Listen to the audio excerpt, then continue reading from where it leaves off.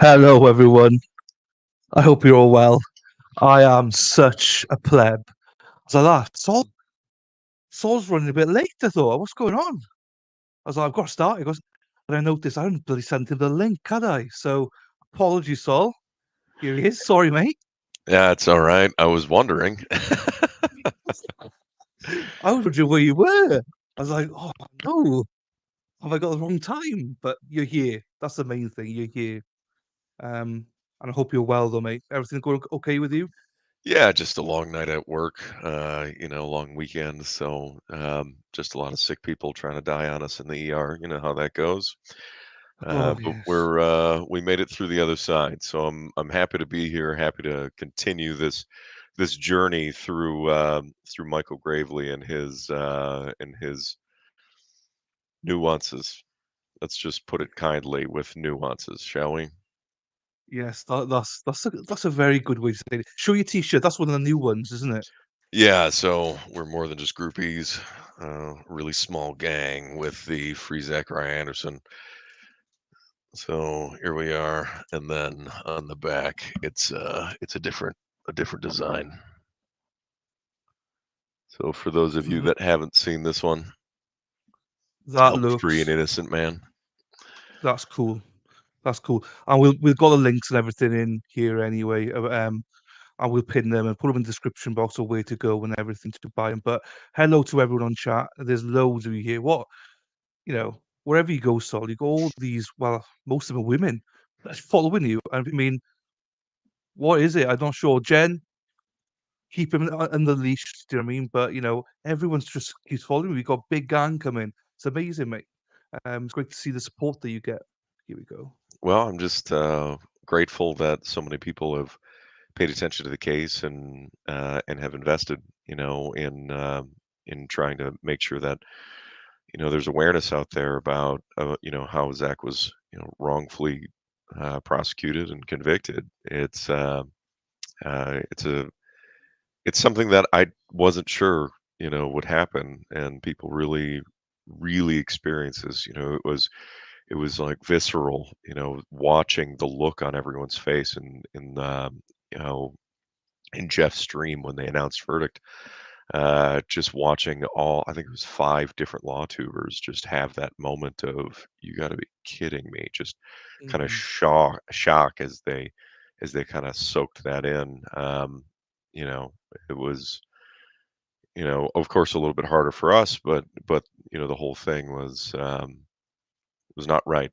And that's important. From people with a deep legal understanding watching the case to see what was presented and to really comprehend how this didn't go the way the law is supposed to be executed it was a good thing for us, but also a terrible thing because we got the verdict that we weren't looking for. Yeah, and it's a good point you just made because myself and other people thought this is a sham, this is ridiculous, this is a disgrace. But normally, after a couple of days or a week of us being like outraged, normally you just forget about it. The families then continue, and that's why this is such a great thing that we can now support and continue doing this with you on this journey. 'Cause normally this isn't a thing. Families don't. Well, that I've seen anyway, being as inclusive as you guys are. So I appreciate the fact that you welcomed us all in here, and you allow us to support you on this journey as well. And I for one, I'm really grateful, and I'm still learning. The last video we did, honestly, I'm not kidding you, I learned so much, and I thought I knew a lot about this case. But the intricacies of you saying about stuff like Zach not sleeping in the evenings and things like that, I had no idea about any of this stuff. So you give us such an insight. So I appreciate that. Um, I'm glad people thought it was a joke. We follow Jen. Good. I dug myself a hole here a little Yeah. bit, didn't I? So, yeah, and thank you, Jen. You're auctioning him off. Thank you for that, Jen. You're in the spirit of it all. So, yeah, thank God. She's not really auctioning me off, but sometimes she's like all good women, tired of my BS. Yeah, So we're getting through this together. We did just brilliant. update the website. I should say Jen just updated the website. She added, some more journal entries that Zach had sent us. I just opened a letter today, so I think that there will be some more additions coming. Um, but she did that, and then she uploaded the transcripts from the mistrial from the trial in 2022, which which is something that's really important. That was in the public domain, and there are differences even in the opening statements made by Gravely. False claims in the opening statements of that first trial as well, and it's just a further testament to the kind of malicious prosecution that he perpetrated. Well, and here we are. Yeah, I need to go on that. I did see you say something about that, so I will go on that. The website's obviously Sarah's got it here. We'll pin it. Well, I'll pin it right now, so you've got it. Just go and have a look. Oh, hang on, pin message. There we are. Um, Before we go into it, because I know we still got a lot to go through. Yeah, we'll go straight into that. Before we do, quick announcement. Just taking over here for a second. Mm. Wednesday, at now we're testing it. Now we're testing it. I have to look. I don't know how short time this is on Wednesday. I'm rubbish with this. Um, oh, hang on, where have I put it? You see, this is where I need my mods. This is where they're good. Uh, Sarah P and Jody. I'm a complete mess. Let's have a look here. Because this is to do with Zach. That's why I'm doing this now. So on Wednesday at now I'm gonna work it back now. 4 o'clock my time. So 8 o'clock Pacific, 10 o'clock Central, 11 o'clock Eastern. I'm going to start on Wednesday every day except for weekends. Started streaming the Zachariah trial again, so like a replay thing. So for the next 2 weeks, that is my baby. I will be doing that for the next 2 weeks from Wednesday. I'll just say, what was it 11 o'clock Eastern? It's easier. 11 o'clock Eastern onwards. For however many days. I don't remember how many days it is. That's what we're doing. And it'll be a little bit different because I will be stopping, starting, because I do want to go into this with what we know now, what we've learned, and have a look at that. So yeah, I'll be doing that. What is that in GMT? Thank you, Mads. That's 4 o'clock, 4 o'clock in the afternoon for us normal people. So that's what we'll be doing. It'd be great to have people here, support. You guys know a lot, and we're looking at a different set of eyes throughout the trial. And then I want to do a lot more content with that. So yeah, that's what we're doing for Wednesday. I will make it the link active. Sorry, Sarah P. Uh, you see, this is. I'm sure Jen can relate to this because I'm useless with stuff like this. Publish, right? I publish that. And also, sorry, I'm throwing you into the bus now there as well. But also, Solomon is very graciously said that I can have a little thread on the Discord for Zachariah Anderson. Hmm. So it'll all the links be in there once it gets set up or whatever. So you can go in there and find it. But that's it. That's the announcement. Please join us. Please come and support, ask your questions, bring people along. Hopefully, I'll be able to bring some people along that don't know about this case, and we can re-educate and learn together. Hopefully, that's the plan anyway. So, yeah. So I just want to announce that now. Um, yeah. Otherwise, what do you call it? Josie and Sarah P are going to kill me. Don't announce that right at the start. Yeah. Josie won't kill you, but she may threaten. Uh, Yes. Yes. Yes. That is true.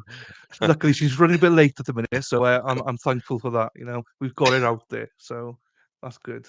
And actually, tomorrow I know we discussed it briefly, but I'm doing a stream tomorrow about the media and mhm. how, like Zach, Brian Kohlberger, Alex Murdoch, and everybody tried by media essentially. So yeah, I'm going to be doing a bit of that. Do I hear Welsh? Ydych? Siarad Cymraeg fan hyn? Ti siarad Cymraeg, Corn Pop? Neu ti siarad Saesneg? Um, that's a bit of Welsh for you all. So, right, let's get this up anyway.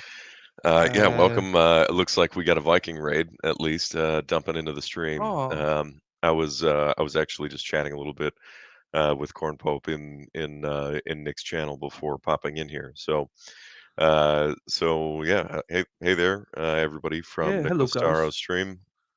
Thanks Yeah, thank you, for Nicholas. joining us. and thank Nick for sending people our way. Um, Happy days. yeah, Nicholas, you need to Nick. follow me on Twitter as well. You need to follow me on Twitter. I need to send you a message. Please follow me. I'll follow you back. Send you a message. Um, Jeez. Right, here we go. Right, I got it. I've gone back 10 seconds, I have, so for this. I'll get on the screen now, add to stream. Hang on. Yeah, so thank you, Nicholas. Thank you, everyone, for being here. Um, Obviously, you hear not from me for Sol. Great insight in the first half of this. So now we've got the second half basically left. It's going to be played at 1.25 speed. Mhm. I believe just Jura said we got 21 rights or 21 statements of doubt, maybes, oh, or something along that line. cool. Who was our official counter last time? Was it just yours? Just yeah, just Jura's. I think just yours was keeping count. Feel free to keep count with us. We were at 21. Finishing up the last stream. We're going through, for those of you who are joining us that were not here for part one, we're going through the state's closing argument. This is Michael Gravely in Wisconsin versus Zachariah Anderson, going through and making false claims, misleading the jury, misleading the audience, and creating doubt in his own argument, which should have resulted in a not guilty verdict because of the overwhelming amount of reasonable doubt. And furthermore, really spelling out how much he did misrepresent, which is relevant because, as we covered in the start of the last stream, according to the Office of Lawyer Regulation and to the American Bar Association, it is unethical and an impeachable offense for a lawyer to misrepresent facts in a closing argument or in the case in chief. So, especially as a prosecutor, especially in representing the state as a prosecutor, it is way out of bounds for them to intentionally misrepresent, facts and evidence that they're presenting. And that's part of the purpose of this stream is to try and break this down and make it crystal clear to people why our family looks at Michael Gravely as such a snaky prosecutor. Yeah. And you are allowed to swear because I'm very impressed with how much you don't swear. To be quite honest with you, um, considering everything, so I very try not to. professional. I Yeah, try but you're not to. allowed to on this one. You're allowed to Thanks. on this one. Yeah. No worries. It's Uh, I I think I 100%. let a couple slip last time, You and did. the chat went wild. So, uh, Yeah. Let's go. Saul's got a potty mouth. I love it. Nah. Right. If you're ready, Saul, yeah, let's get um, into it. let's get into it. Right. Hang on. I got my Pepsi. I got everything around me.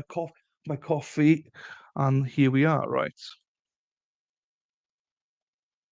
You see, every time there's something, isn't it? Oh, it's on mute. That's why. I was gonna say, why? What are we doing? Right. Let me put that up. I'll put some extension on this as well, just so we can hear properly.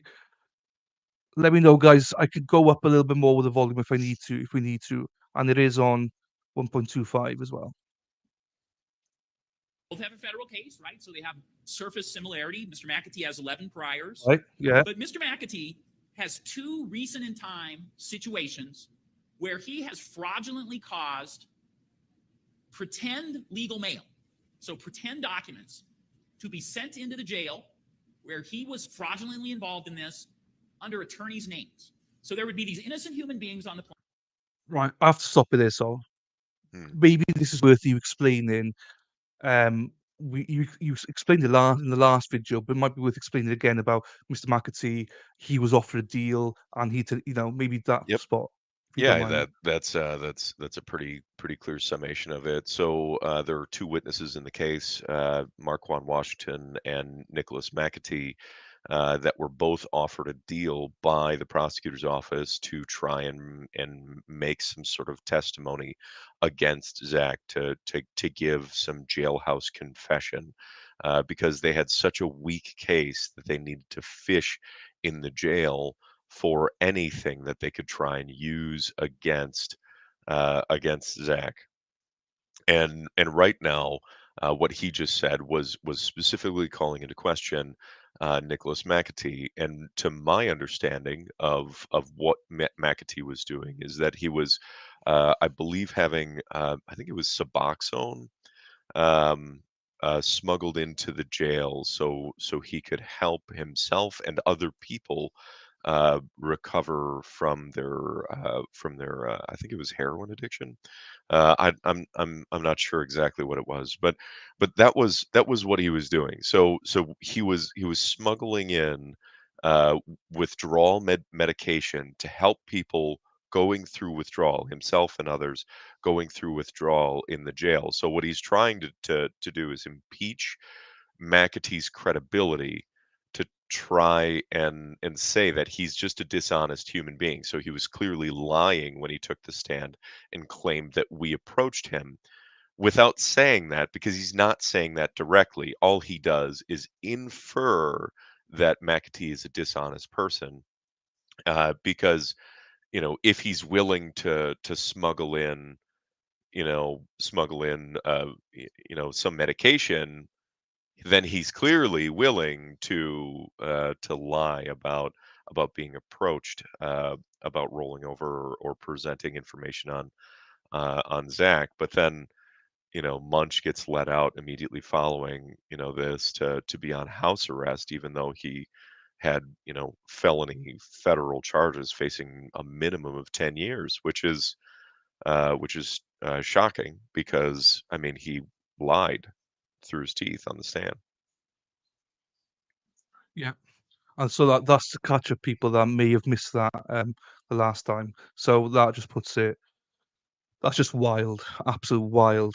And also you just touched upon it. Zenith said he's now out. Munch is now out as well. So that whole there's no deal in place, but now all of a sudden he's out. So obviously there Yep. was a deal in place, in my opinion. Okay. Planet, who would be supposedly the person who sent these documents into the jail, and they would have drugs in. You notice So how he actually theoretically, he actually two other human uses beings. wood in the Would. language here. He uses wood. He says this, and using wood is, again, this is lawyer speak. He's saying it in a way that suggests that he's guilty of this, but doesn't actually say definitively that he did or is guilty of this or anything along those lines. So he says would. He would be and would have and supposedly had people send this in. So so he has a way to lie to the jury or to present to the jury something that isn't necessarily fact. Does that make sense? Yeah, it does. But that's another buzzword, isn't it? Because Yeah. if you're on the jury, you're looking at this from a different perspective, which I appreciate. But if you're a juror, that sinks in your head. You Hmm. would, "Oh, okay, would, right, okay. Oh, he's right." So all these are words that he's obviously very experienced, obviously knows what he's doing, knows how to lead and manipulate a jury. So, but it's very interesting because again, that's not something I picked up on. So Right. I don't know if that's a suggestion of doubt, but that's him sidestepping responsibility for his language in yeah, making accusations or making statements in the trial. So yeah, that's not necessarily suggesting doubt in his own statements, but it's his way of avoiding any consequence with the Office of Lawyer Regulation in making statements of fact. That's what the effort is making sure that you specifically use language that doesn't clearly define or suggest a statement of fact that you can be held accountable to. So that's just so we're on the same page. It's still snaky stuff, but it's intentional. So you as a dummy right now, you can't. Well, not you, but in Zach's opinion, you technically can't use any of that then. Not well, maybe you even can't speak about it. Do you know what I mean? Because it is, as you said, you just said would rather than he hasn't specifically lied. He's just danced around it, really. Right. So Um, that wouldn't be something that would qualify for the Office of Lawyer Regulation specifically because he just suggested. Does that make sense? So the yeah, Office of Lawyer Regulation very specifically requires the misrepresentation of fact, which he it's has clever. done in this closing argument. However, when he does sidestep the misrepresentation of fact by using would and could haves, right? Like those phrases that he uses, the Office of Lawyer Regulation will look at that and look at the transcript and say, well, he used a word that uses doubt, uses a possibility of doubt, which is not a definitive statement of fact. So Mhm. just so you're all thinking about this, when we're looking at this and breaking this down, for the sake of seeking some sort of action by the Office of Lawyer Regulation, by the regulatory body, we have to weigh every word that he uses in these statements very carefully because they matter. Yeah, Jesus. It's complex, a lot more complex than I thought anyway, so in this case, lawyers, right, would be individuals who would be, right, of course, under high suspicion, right, of Right? having right. caused drugs to come into the jail. And what the defendant, what Mr. McAtee admitted to you is yes, I was involved in those plans. In the second one, after he's caught the first time, he actually goes to the legal computer in the jail and completely forges a legal envelope and legal mail. In both cases, he uses cellmates, okay, people he's been incarcerated with, as part of his fraud. So you know about Mr. McAtee that in the jail setting, he is a documented forger and person who's trying to fraudulently do things, that he's willing to risk totally innocent parties in that fraud, and that he forms alliances with fellow inmates to do things that are not proper in these circumstances. All right. So this is media misrepresenting things. This is what he's doing. So I'm not saying that McAtee is like an innocent man by any means, and I'm not saying that he didn't forge these envelopes. McAtee admitted to doing it.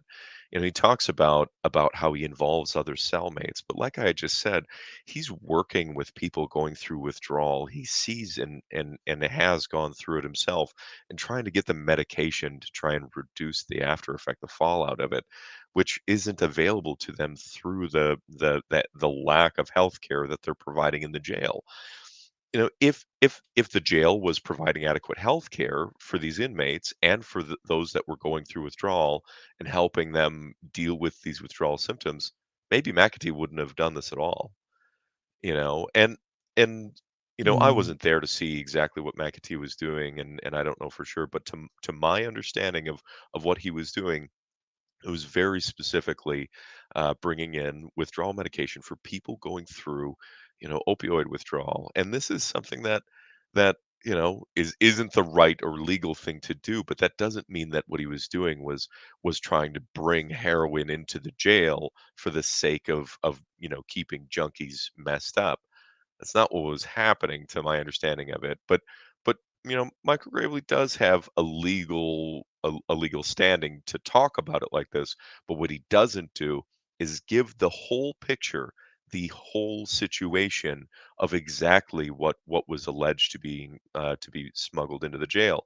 Because if he were to do that, then people would go, "Oh wait, you mean Nick was just trying to help people? Oh, yeah, well, then he's not that bad of a guy." But what he does is instead try and paint him as this guy who's just unmanageable in society, who's forging documents, who's trying to smuggle drugs and drug paraphernalia into the jail. And these are very different messages in their core. And it just, I mean, it's his job to try and make sure that he calls a witness against him uh, in into some sort of questionable credibility. But it's definitely cherry picking information, and unfortunately, like I keep saying, the truth is on our side. If I were to be able to post anything about Nicholas McAtee's charges, maybe we'll do that. Maybe we'll put it out there. Anything that's public to to then also call into question what he's talking about. Because to what I read between Zach and Nick's correspondence, uh, Nick doesn't seem like a terrible human being. So it is what it is. But anyway, I digress. Carry on. No, it's fine. And Jen said that as well. Him and Zach are now you're writing back and forth, which is good. I have a question about so I read one of Zach's journals probably a couple of months ago, whenever they started to go up there. And on one of the first journals was his journey into prison and the fact of the lack of care and lack of medical care that he received. And I'm paraphrasing because I don't remember off the top of my head, but obviously he's got a lot of conditions that he needs medicine for, but they didn't provide him with medicine. They didn't care about that. And then when he saw the nurse, she didn't really care about that. And he had to wait. Now, I don't even know if he got the medicine or how long he had to wait for the medicine.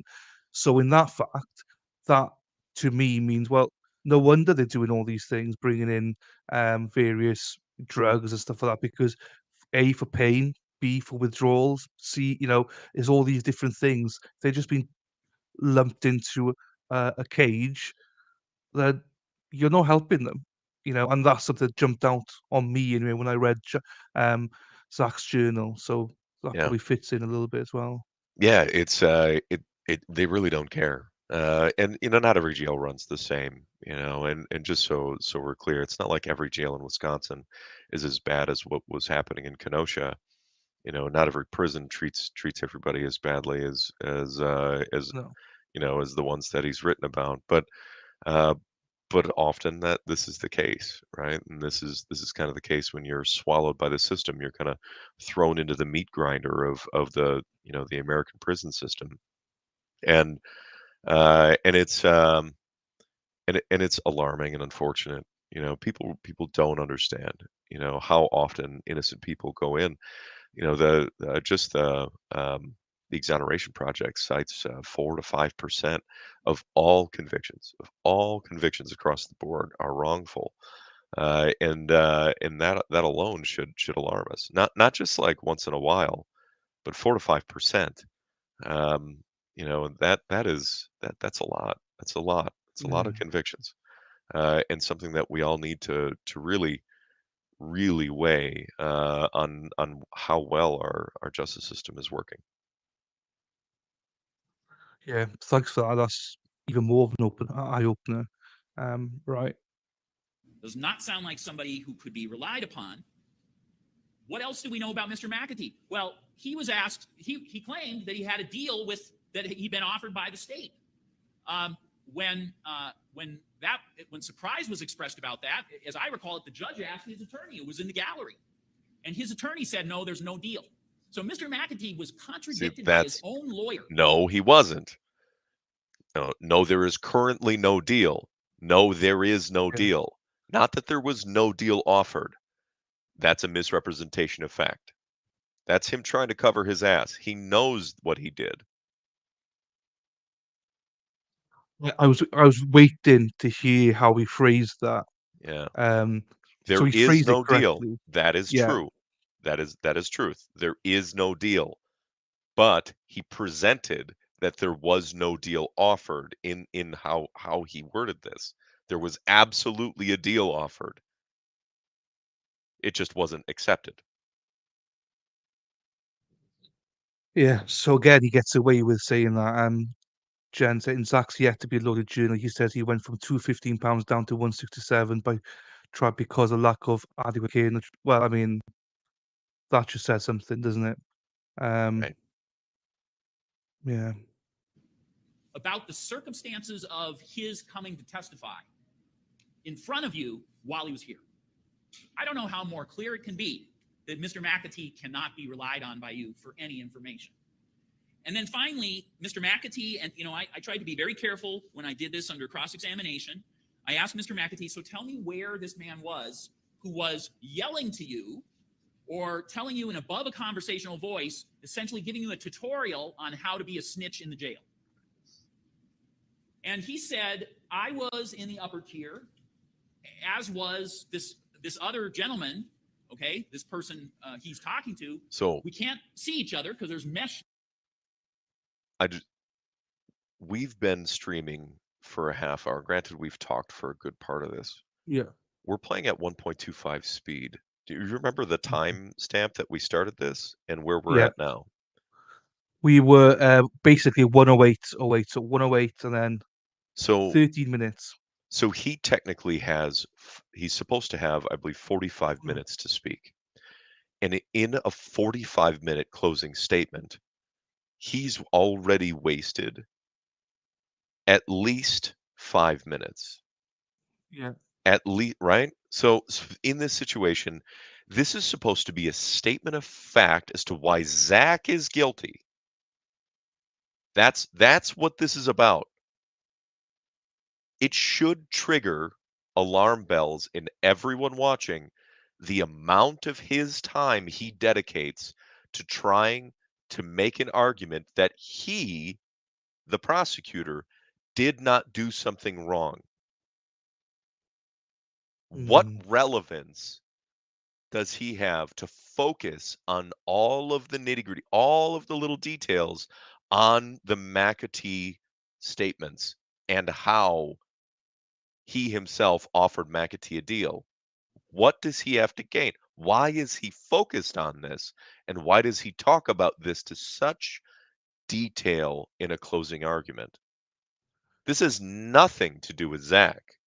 He's just went into Marquand Washington and McAtee's credibility, largely McAtee's credibility, in his closing argument to try and convince a jury that Zach is guilty. Mm. Why? What is his motive behind dedicating this much time? Just think about that. As an audience, you yourself, really consider that. Why is he doing that? This is supposed to not be a trial of Nicholas McAtee. This is the trial of Wisconsin versus Zachariah Anderson. Mm. Yeah, that is interesting. But why would he do that? Is it because he thinks that there's there's a doubt out there now? Um, I just generally, I am generally thinking of why, because there must be doubt. So he's like, let's quash that now. Um, let's get that out the way. Does he think the defense are going to target that, and he's trying to basically dismiss that? Is he though being very clever by by pinpointing this now, so the defense have to waste time Yep. themselves by clarifying this? I'm just thinking out loud. I have no idea. Just Yep. you know, I mean, of course interesting. he's Yeah, gonna he's going to try and like make a counterpoint to what they actually allowed, what the judge allowed them to argue in the case, which was this, to call the credibility of Marquand Washington's, testimony into question, and in turn also the credibility of the Michael Gravely himself. But it's interesting that he wastes this much time. It is something of note. Mhm. Okay. Just keep it going. Yeah, people say it's trials within trials. Ashley said, Marge said because he has nothing else to prove that Zach did it. Good point. Maybe yeah, he's got nothing to spend on 45 minutes because what's he got? Nothing. There, it's the cell fronts are obscured, but we're talking and he's across from me, upstairs. Well, when we looked into it, Marquand Washington was never upstairs. So again, the most basic reported fact by Mr. McAtee is false. Whoever he had a conversation with across from him is not Marquand Washington. If that conversation ever took place, he's got the wrong guy based on where he told you this person was located. Because Marquand Washington moved in a couple of different places, but he was always, there was never a time he was in that upper tier. That was never testified to, that he was never in the upper tier in all of the times that he was moved. So they talked about that instance when they were in the cell block at the same time. But the fact that he just went on to say that in all of the times that he was moved, that he never was, that's a little different. Did they ever testify then? Again, it's so long ago, I don't remember my memory now. I remember them discussing this, and someone mentioned the fact that they obviously have an hour rec time. So, or I believe it's an hour. Could they not have spoken then, or was that dismissed or They something? they very specifically talked about how, from the upper cells for that hour of rec, they actually come out of their cells and they walk down the stairs past all of the lower cells. So they are on the same floor during that transition. So during that hour, they get out, they walk down the stairs inside the unit, and then they're actually the people from the upper cell block are then on the lower cell block when they do that. So that Okay. was testified to. And so again, he's trying to reduce and to create distance and try and make this seem like it's not possible for them to have communicated at all. But of course, it's possible for them to have communicated. Yeah. Okay. That's just the ridiculous. Yeah. I mean, let's be honest. They've got to communicate. Everyone's got to communicate at some point. Hmm. So that's just absolute tosh. Rubbish. McAtee is just plain wrong about the basic detail that he tried to give you. In fact, you saw the pictures. They're on the complete opposite ends for all but 5 hours. I'm sorry, 6 hours of the time they're together. And even then, they're not on the same tier. So literally, you'd have to have a situation where guys who are all the way across from each other, where Marquand Washington is willing in the security part of the jail. Remember, these are people who've already misbehaved in the jail. Is that the environment where you think it's at all reasonable to believe that Marquand Washington, a guy as careful as he sounded in this courtroom, is going to scream out instructions on how to get yourself out of a case, how to be a snitch, with other inmates obviously able to hear that same thing, when McAtee himself told you federal inmates who snitch are in danger? So why would Marquand Washington advertise that? And remember, Marquand Washington had never cooperated at the time this was talked about. So you'd have to believe he was literally giving advice, even though they got the location wrong. He was literally giving advice on something he had never done. But That would Marquand put was him in in the hole mortal danger. too. So now McAtee his credibility is in question because he was in the hole, but Marquand is in the hole, but his credibility is stellar. I don't Mm. understand where this guy is coming from. It again, he tries to make these backflips of logic and in circular logical argument, trying to define things, in ways that are beneficial to him. He does it with the judge, as we read in the Denny motion. It's just a constant headache with this guy. So just because they're in there at the same time doesn't mean that people aren't talking. That doesn't mean that Marquand didn't talk to people about jumping on cases. It didn't mean that that's not something that people talked about in the jail. And this is jail, not prison. So when they're out of the secure block, then people talk because they're in just the general holding. So there's so much about this that is him trying to push his narrative that is not a complete picture.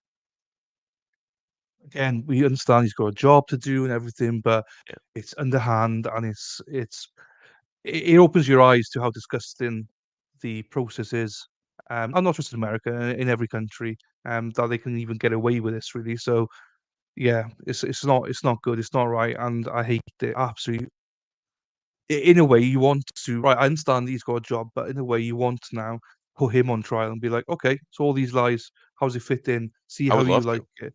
I would Yeah, love to this is see what I him mean. fried on this, yeah, on trial. That Yeah. would that would be ideal.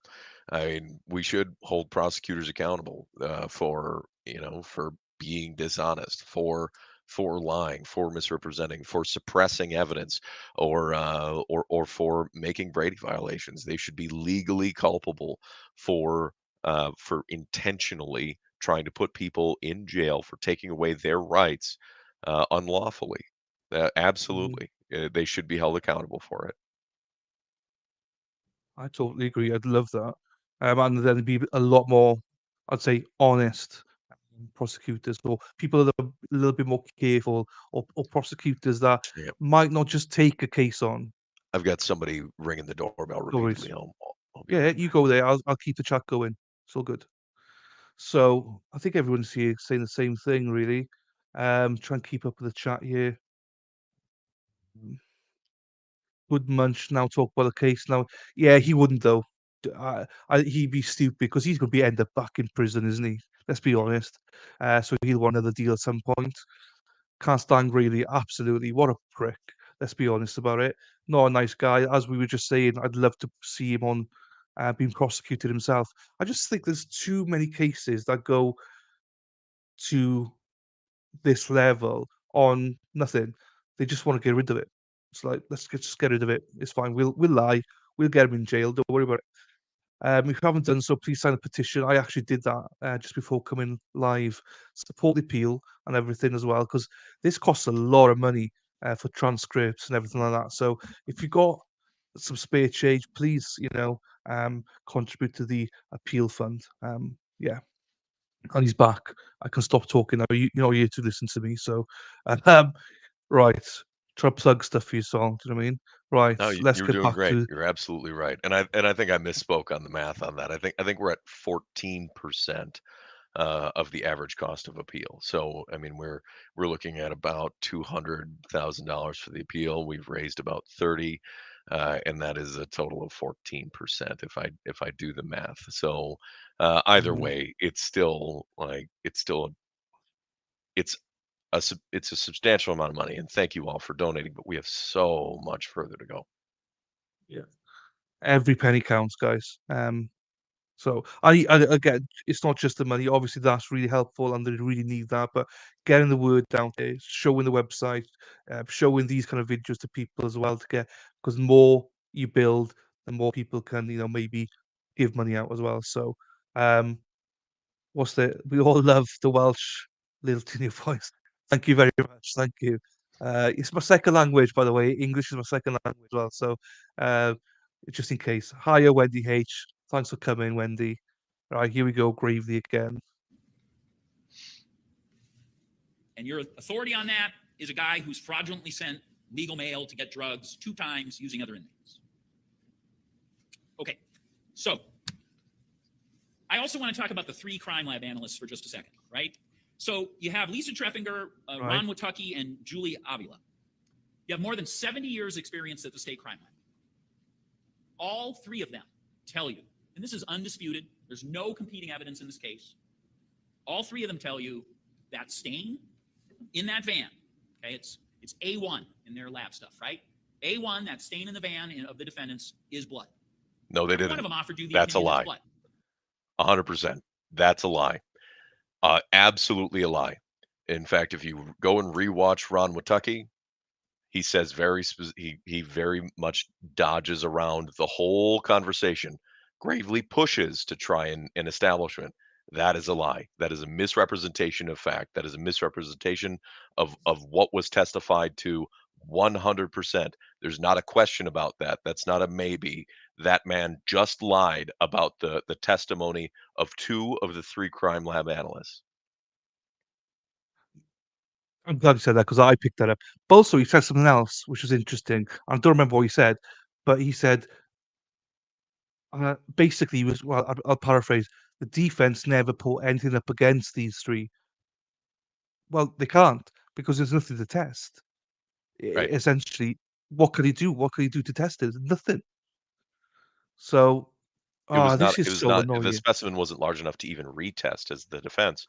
Uh, Yeah, so another key thing about that is in a situation like this, the American Bar Association has standards established where if there is a specimen that is so small that cannot be retested, then the entire collection and testing of the specimen must be documented either by video or photographed the entire way through to make sure that the integrity of the collection and testing is intact.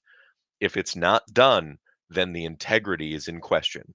And we have no evidence of any of it being photographed or videoed that was submitted to the court or that was in any of the documentation that we've received. We have no idea that the collection and testing of the spot in the van was done with complete integrity. We have no idea.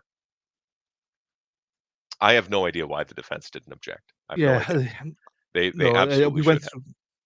we went through this a little bit last time, and everyone knows I'm a huge #1 fan for Nicole. I know it wasn't her that's supposed to object, but now I have so many much more questions about defense as well. Um, and although I'm pro defense, I still, when I do this on Wednesday onward, I want to look at how they act as defense now, and how they object to things, or if they object to things, because this is a missed opportunity here. Mhm. I Basically, agree. Gravely's just testifying for himself, just saying whatever he wants. Yeah. So yeah, He did with the three analysts. Gravely tried to make the statement that that spot was blood. Michael Gravely did, but the actual witnesses did not. So he tried to insert himself as a DNA specialist in this case. He is not. He does not have the credentials to do that. But he did just misrepresent the facts of the case. 100%. yeah. So we got 1 year coming. Oh damn it! They went up so quick. It should all be thrown out. I, well, I mean, I'm sure that's what they're working towards in terms of an appeal about what can be used and what can't. But we just said, Alex, about how clever he is in with some of his wording as well. Would, and yeah. Although from a layman's point of view, we're like, just everything should be taken out. He's just testifying, but it's a lot more complicated than that, I'm sure. So um, I wish it was that easy. Do you know what I mean? So I'm sure they'll be working hard to do that. And again, I have tons of questions on defense. I do now as well. So um, right, let's crack on here. 70 years of experience. Okay? People who go to crime scenes as their job every day over many of the years of their careers. Okay? 3 different experts tell you it's blood. Wait. Two Well, of them. they're crime lab analysts. That doesn't mean that they go to crime scenes every day. Yeah. So the police collect evidence and they submit that evidence to the crime lab. And I believe that they can call or contact the crime lab about collecting evidence. But to my understanding, and maybe I'm wrong, uh, they don't do that. They process evidence in the state crime lab. The police collect and bag evidence. Yeah. I mean, you And understand the take it away. difference in that? He just says that Yeah. they go to crime scenes every day. No, they don't. No, they don't. They Mhm. spent years of their careers going to crime scenes every day. No, they don't. Mm. That's not their job. That's why we had this in the Murdoch trial. People, the law enforcement, they bag everything, they seal everything, Yep, and get taken to the labs. that's right. You don't see lab people. So um, Dean Kenny will do. What's the connection with the Welsh guy? I'm Dylan, by the way. I am the Welsh guy. Um, I live 1.5 hours from Wales. Okay, it's not your fault you're from England, Dean. It's all good. It's all good. But yeah, this is actually my second ever trial I watched, and I watched the Murdoch trial. Infuriated me. I was like, oh, I need a fresh trial. I need to come and watch another trial, a lot more honest trial. Then I watched Zachariah Anderson trial. I was like, motherfuckers, what's wrong with these American people? And that's why everyone hates on Twitter, because I went on a massive rant about the justice system, how wrong it is, how corrupt it is, how everything is. So I'm very passionate about this, especially for Zachariah's trial. Then I got connected on Facebook. Then I met Solomon, and then I met. Do you know what I mean? It's like a small family. You met look at people in the chat now, and yeah, I'm here. I'm on your tiny channel. I'm on your like a literally nothing in all this, but anything I can do to help, I will help. So and that's the same for most people here, I think. So and it'd be nice to get the bigger channels. If you got anybody bigger channels, please target them. I'm sure Solomon would love to go on some of those channels as well. So yeah, this is just a small platform that hopefully we can grow, get the word out bigger to the bigger channels. So yeah, that's what it is, Dean. So welcome. Right. Thank you, Gigi. Love you too. Oh, thanks, Marge. They're nice. They're lovely, Also aren't they? tell you, so now you also know, again, undisputed, it's the DNA of Rosalio Gutierrez. So it's blood, and it's undisputed evidence in this case that that is the DNA of Rosalio Gutierrez. It was not Lisa blood. Treffinger, an So he expert says on it this. multiple times. That he says that it's blood. That all three of them said that it was blood. Said that it's blood. No, he says that it's blood, and he got Lisa Treffinger to opine that it's blood. But it is absolutely disputed. It's not blood, and it was never tested to be blood.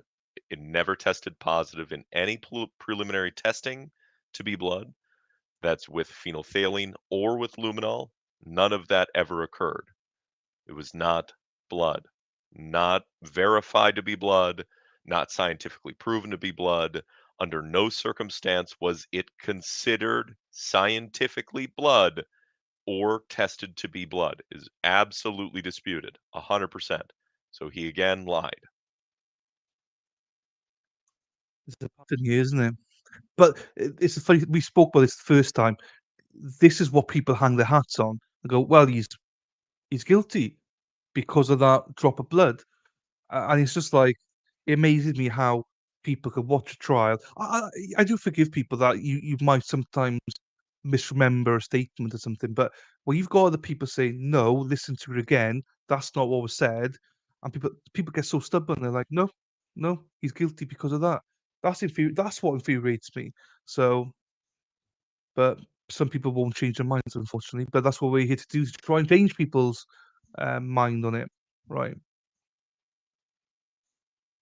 Field tells you that she did the testing. Ronald Watucky, who reviewed those findings, told you about his conclusions about this case. And then two of these three experts are asked. And so now this is Ron Watucky and Julie Avila. What else can you tell us about this speck, this red brownish speck in the van? And those two individuals, Ronald Watucky, who's been working at the state crime lab since before they started doing DNA, and Julie Avila, who has 22 years there, said, we've seen lots of blood.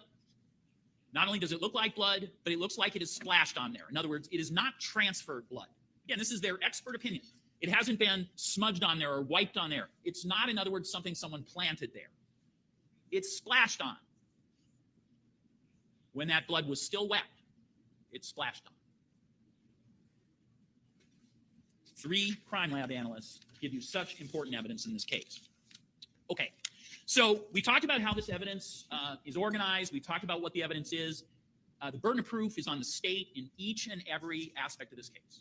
Okay, so in no way let any argument I have said in any way, shape, or form indicate to you that there's any other burden of proof but the state of Wisconsin, each and every element. You're allowed to consider the evidence and organize the evidence in any way you want, right? You can think about it and organize it as a group and in your own minds in any way you want. And I'm going to ask you to think about the evidence in this way as one of the ways you do consider it. Could all of the things I'm now going to go through, could all of them be true for an innocent man who is falsely accused? Could an innocent person falsely accused have all of the things I'm about to outline to you happen to them? Is that in any way reasonable? Is my question to you. Okay? So, Rosalio Gutierrez is murdered on May 17th, 2020. His body's found on May 19th, 2020. Right, that pissed me the right off. In moment, it pissed me because it says his body was found. That was what the. I had to stop it in real time. I remember that was coming up. False How was he assertion of even allowed fact. to say that? Objection. There's no body Yeah, found. Why wasn't that objected to? I have no idea. But this is. I mean, the first part is annoying, but this is when it starts yeah, to get infuriating. So, yeah. but no, there was never a body found. Absolutely, 100%, never a body found. No, but Okay? If the defendant is an innocent man and falsely accused, it If should have zero effect on him, right? it should, if he's an innocent man. No, he is until proven guilty. Not if he's innocent. No, no, he is innocent until proven guilty. You have to prove beyond reasonable doubt. So he is innocent Mhm. unless you prove that he's guilty, not if he is guilty. So we're already starting this. Oops. Hang on, I've got this. Where is it? Oh, it's behind. I can't move it. That's my thing. Innocent unless proven guilty. That's my statement. I've always got my background. I digress though. But that came from Zachariah. If I'm being completely honest, that was the design I wanted. Because that started from this trial. Right? He lives in Mequon. That is an hour's drive away. There's absolutely no way the death of a person in Kenosha should impact him in any way, innocent and falsely accused. Okay? Now, here's where it starts to get more and more unlucky for him, more and more unreasonable for him to not be the person who committed this offense, right? Because it turns out that this person who should be a random person in the life of the defendant is actually the first man that Sadie has dated since she ended her longtime relationship with you. Okay? So now we have, it's not just a random city, it is the guy who Sadie has been Sadie's first kind of real, some kind of relationship since she broke it off with you. Okay, again, if you're an innocent guy, you're falsely accused, you have your own girlfriend, you're not, you've said you're not jealous in any way, this really shouldn't impact you, right? This is a guy she's dating, but so what? It should have zero reason to cause you any concern or be a problem in a situation that's a problem for you. However, here's a problem for you. Here's where it starts to be so unfortunate if you're an innocent man and falsely accused, right? Because even though you have a girlfriend, even though you are not a jealous guy about this new relationship Sadie has, when the police start to do digging, they find all sorts of documentary evidence that you are extremely jealous.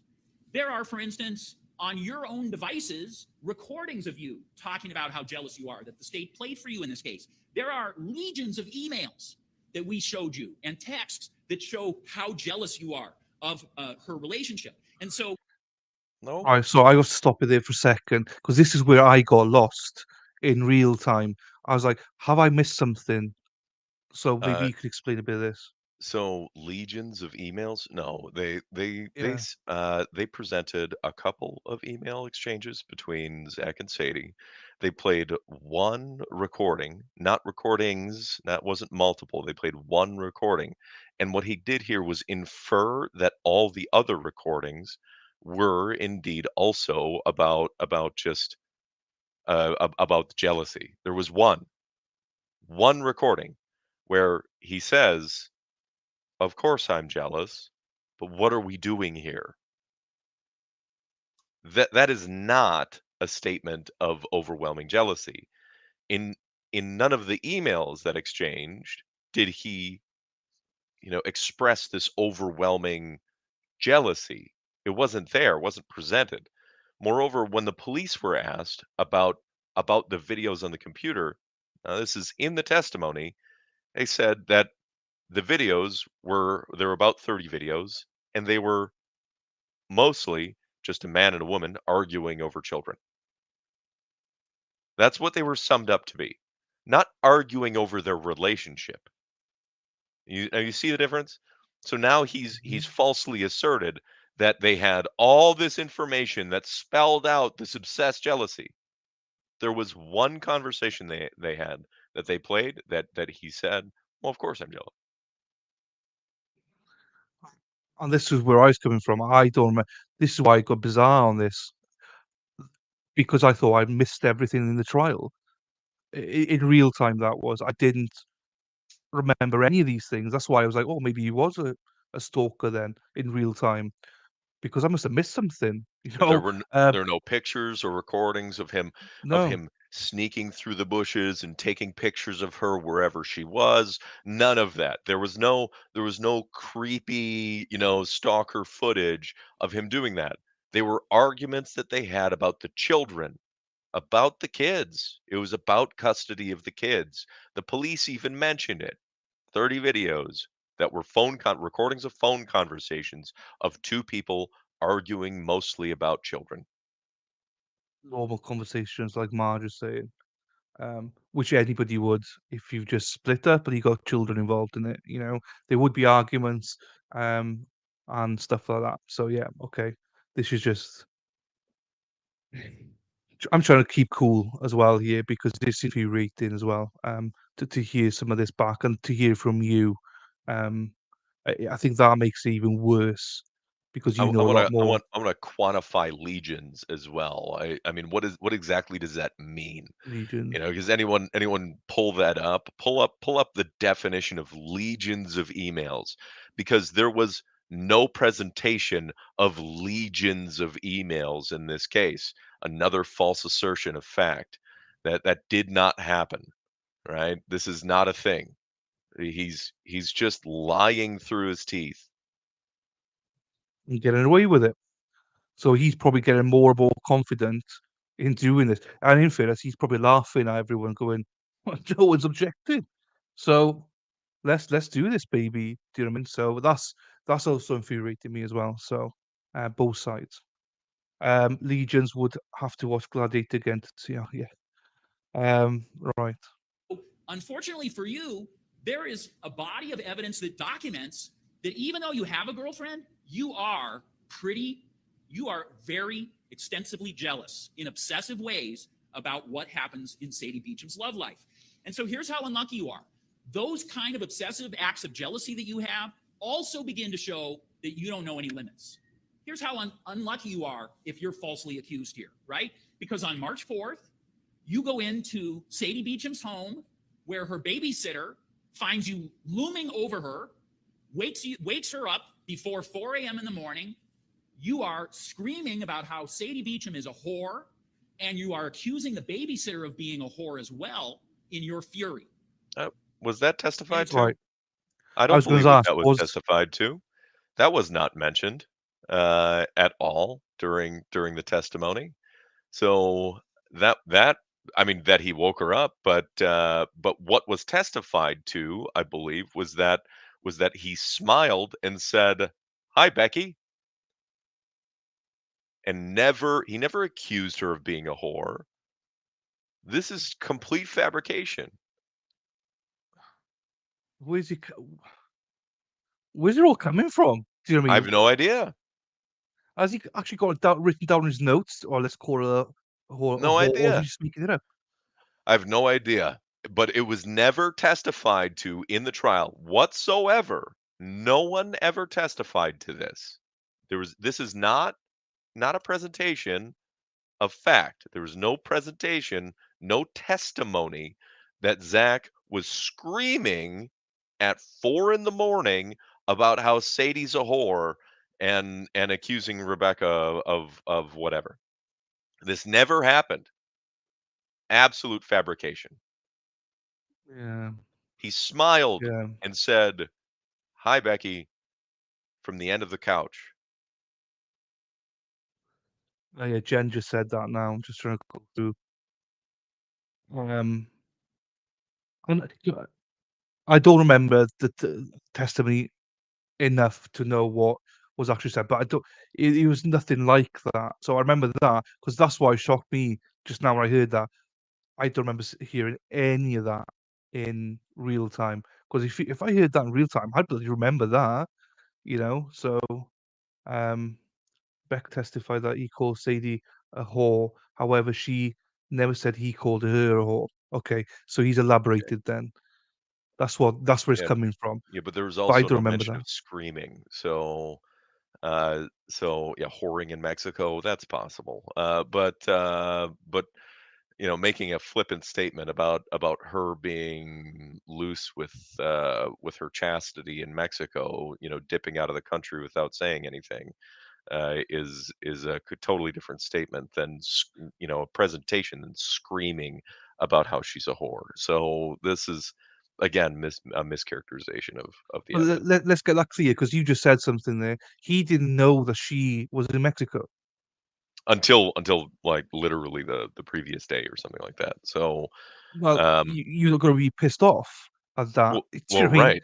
Yeah, you're gonna be mad that the mother of your children dipped to Mexico and never told you that she was leaving your children with all intents and purposes strangers, right?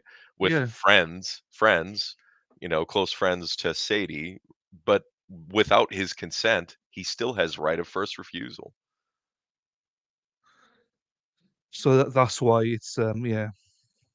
It's all about jealousy because Sadie Beecham, who has broken up with you, had the audacity What is he to go scrolling on on a his phone? vacation and not let you know. Oh, who's that?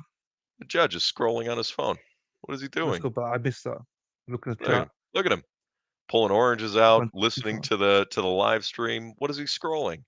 There's a And judge in you're Right, I'm accusing Oklahoma the that babysitter just of got being busted for scrolling Facebook and memes while court was in session. What the hell is the judge doing? yeah. a And whore as let's well catch in him your where he is 30s. now. Hang on. I'll catch him And in it's the act, all about you know. jealousy because Sadie Beecham, who has broken up with you, There it is. There he is. Yeah. So I did do a stream about this, and trying to look at it. Not this specifically, but he was caught on. I think it was you who said in an interview that he's caught on his phone, but he's also caught on his iPad, streaming. Well, looking at one of the Um, streamers he, apparently. he was watching the Recovery Addict stream live while court was in session. So while he was in court watching the live stream, which is like on a 20-second delay or whatever, watching the live stream on Recovery Addict, who's another streamer, on his personal laptop at the bench. So the audio was played and captured over the microphones in the courtroom, and everybody was dumbfounded that that happened. So Schrader was busted earlier with that, and now is scrolling his phone, which there was another judge in Oklahoma that was just under fire about Yeah. the same thing. Court's in session. This isn't time to look at memes. No. And I streamed this about it, and I went nuts about it. And someone said, "Oh, but he might be checking about the cameras and stuff." I was like, "Cool, cool. He might be checking for cameras, but that's not his job. He's got clerks for that. He's got, you Yep, know, I don't want to say minion, well, people like interns, whatever. He's got loads of people that can check the cameras, check that they're doing the right things. Granted, that's not his job. He should be writing all this stuff down now yeah. because Now watch his hand motion. So it looks like he hits like a back button, or maybe like if on the Facebook app, the home button to refresh, had the and then he audacity. because yeah, swipes. You see him swiping?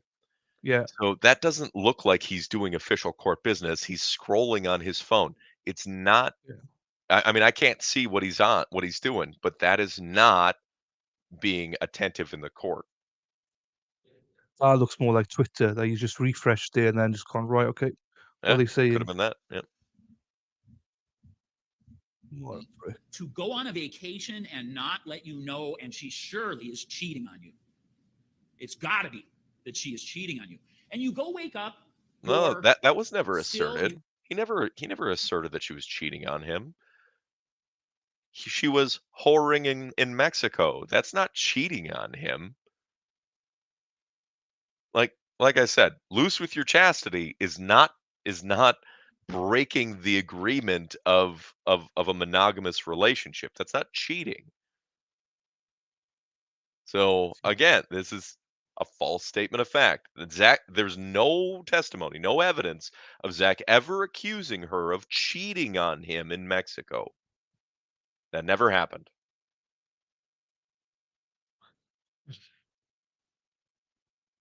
I got nothing. I I got no response to you on that one. Um, That's and Jen comes up with the grinder. Yeah, it must be grinder. He's on not on Tinder. For Gravely licking his ass.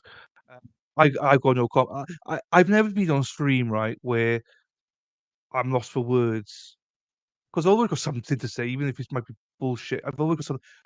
But this 2 streams I've done with you, so many times I'm lost for words because it it it doesn't seem real.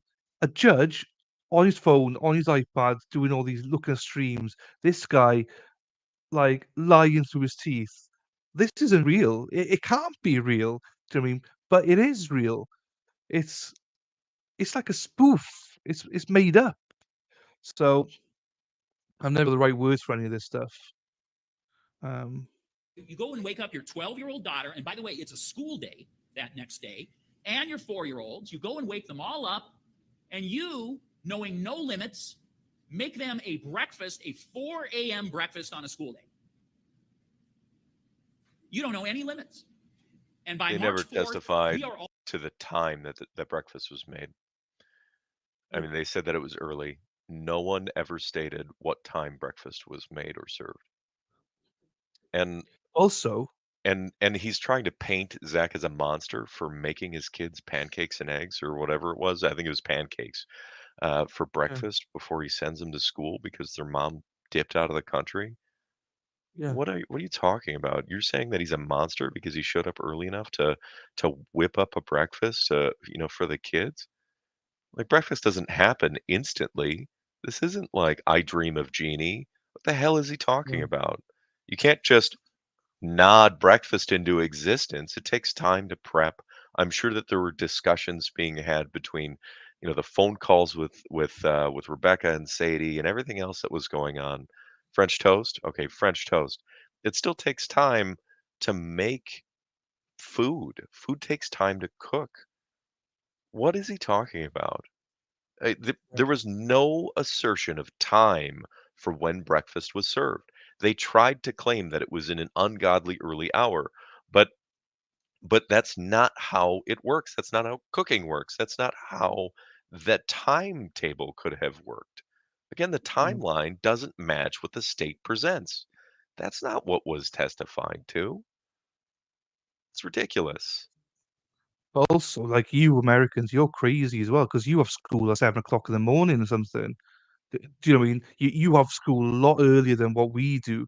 So in my head, if you're having breakfast, say 5, half 5, that's not unreasonable. That'd be quite normal, I would say. And then you have a shower, take you to school and stuff. Also, what's to say that they didn't get woken up because they heard Zach or so? I don't know, and they got They all testified excited. to the fact that he went upstairs and woke up the kids. Fine, fine, fine. Okay, that's fine. But not what time it was or anything like that. Right, But, but nobody ever said what time it was. They asked my but niece what time, and she said it was early. But I mean, to be fair, I sincerely doubt that Sadie was getting up extra early to make them French toast on a school yeah, day. So would you, having made your children a full breakfast, have them come down a little bit early to make sure that they got full tummies and had enough time to wake up and eat their food to get ready for the day with a positive, a positive approach? Because that's something that a parent would do, yeah. I reasonable can thing to guarantee do. if I was to ask my niece now, if I was to ask her what time did you get up this morning, she'd say early. And if I ask my sister what time did she get up then, 5 minutes before the school bell. It'll be Right, something, do you know what I mean? It'll be something like that. To them, it's always early. right, Emily says here, some school buses pick up at 6:30 a.m. here. That's my point. yeah. You Depending on guys where go to you're at school. in the rural route, Yeah, I mean, I had friends that would get picked up at like 6:15. So, Jesus. it depends on what grade you're in and things like that. But uh, Yeah, the route, how rural your community is, all those things kind of play into it. How big your school district is, how long it takes for the bus to make the full round, and how many buses they have available at their disposal. But yeah, that's the way it is. And I mean, the reality was, so we woke him up and he made him breakfast. Okay, that's not a nefarious thing to do with your children. And the fact that he tries to paint it that way is one, disgusting, and two, the fact that he had to lie about it to try and paint it in a way that didn't transpire it just furthers the language or the approach that the reason why we're doing this stream about Michael Gravely's disgusting antics in the courtroom. but also predetermined antics because he's had to think about these things Hmm. probably before he came into this court. He knew he was going to be lying on that day Oh yeah, he wrote to notes paint about a it. picture. Yeah. Yeah, so that's what I mean. He predetermined in his own mind he was getting a guilty verdict no matter what. That's what makes it even more disgusting, in my opinion. Um, already getting a flavor for how you behave when Sadie Beecham refuses to be under your thumb. So it's unlucky that you would have done that just a couple of months before, and somehow Rosalio Gutierrez is murdered on May 17th. But here's how much more unlucky you get, because that date of May 17th turns out to have a bunch of significance if the person involved in the murder is really focused on Sadie Beecham's love life, right? Because May 17th, the date of the murder, is one day before Sadie Beecham meets Rosalio's kids for the first time. How does he know that the 17th is the date of the murder? One, Rosalio Gutierrez is a missing person. Two, there was no one that ever testified to time of death. Yeah. Nobody. Guessed it. Yeah. We have no idea that the murder happened on May the 17th. No one testified to that. No one testified to the fact that Rosalio was dead. How do we know that it's murder? This is a lie. This is a mischaracterization of evidence. So you don't even know how they came to that time or anything. We have no idea. of them. They assumed that because there was a lack of cell phone activity, that it happened on the 17th. Hmm. But then you've got all this other evidence from the Denny that shows that it doesn't show Zachariah anywhere. Yeah, we have So no idea. We have no idea when, when the attack was. We can assume that the attack happened on May the 17th. Maybe Rosalio expired on the 18th. We don't know. yeah. She says here that I think that's another topic, diffuser gate. I know Yeah, that's something that's I come don't out. even think he mentions it in the closing, but the reality No. is that that gravely asserts that a murder happened on the 17th. He just asserted that a murder happened on the 17th without ever presenting any fact or testimony that a murder actually occurred. He said, even early in opening arguments, even in the starting of the closing arguments, that he's gone missing to everyone that cares about him. Not that for all intents and purposes is dead. And now claims murder happened on the 17th with no information to back it up. There's nothing there. They never presented that he was murdered on the 17th. It wasn't there. The Anyway, I'm body just was gonna found on the 22nd. yeah, Yeah. I'm just gonna keep repeating myself. So I mean, you can keep going. No, yeah, that's fine. And if you're monitoring Sadie Beecham, if your antenna towards Sadie Beecham is obsessive and controlling, and anything she does hits your antenna like a rocket ship, right? Then when she meets his kids, you have a whole nother degree of concern and fury.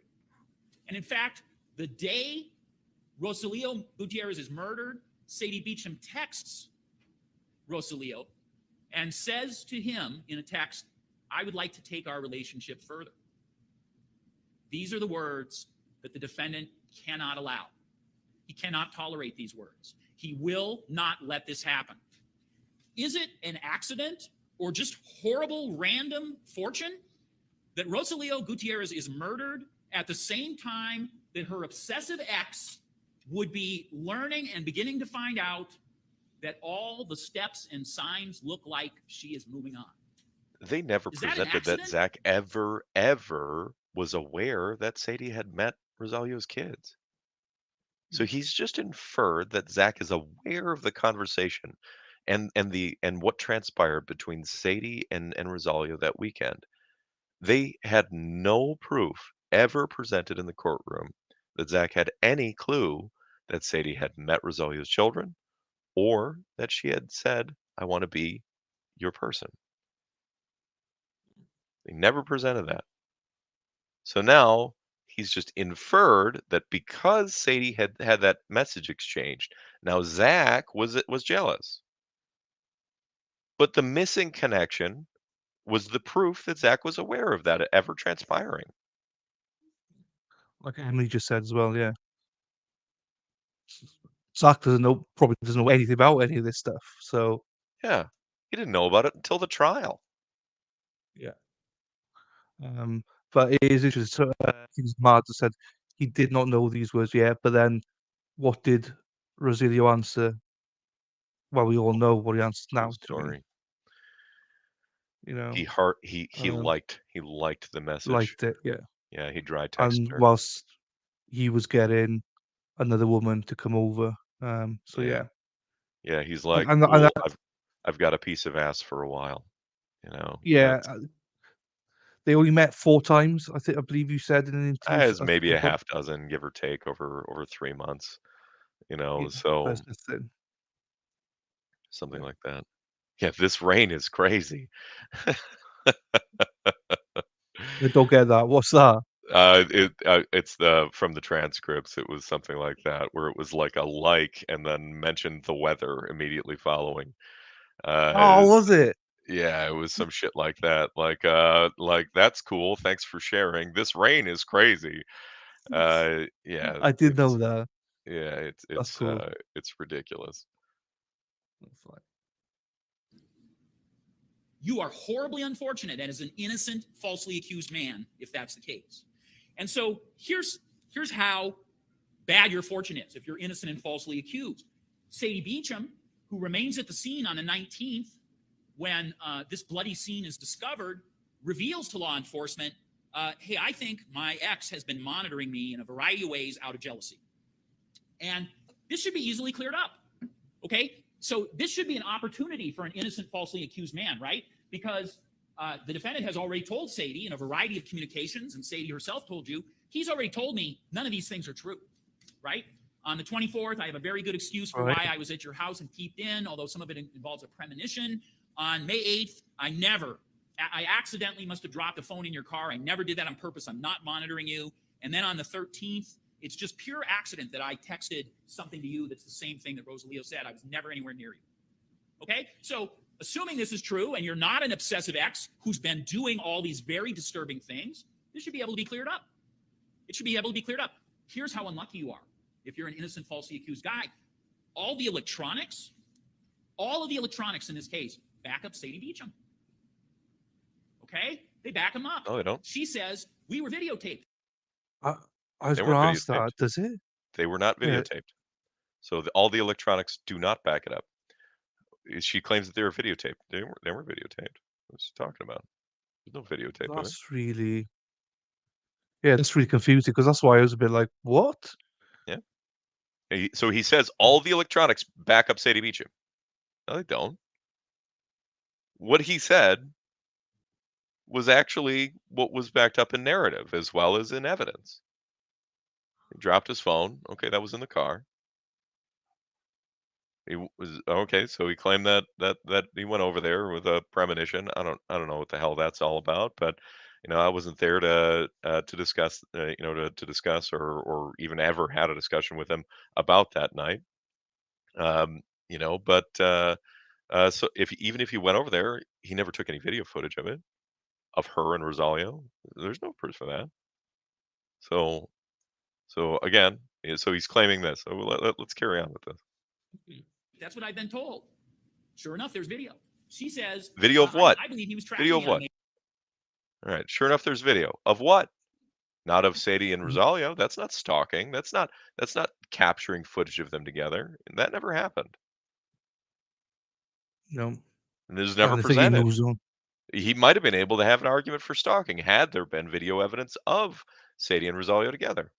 I think that might have been reasonable to say that he was specifically focused on their relationship. There's nothing like that ever presented. Let's see how he fixes this. I don't believe him that he dropped it accidentally. What does his computer show? That he was actually tracking her. Not only that, but the places that he tracked her, he took screenshots of those. So now he's mischaracterizing what transpired. He was trying to locate his cell phone and actively messaged her, asking her if she had seen his cell phone. Intentionally planted it. Why would you ask her if she had seen it? Yeah. This is a That doesn't make any mischaracterization of sense. evidence. This is intellectually dishonest. It's not what transpired. That's not what the evidence showed. It's what the jury remember. Prick. Yeah. Everyone's saying the same here, but again, I got nothing to say because it's so infuriating that he's even allowed to do this.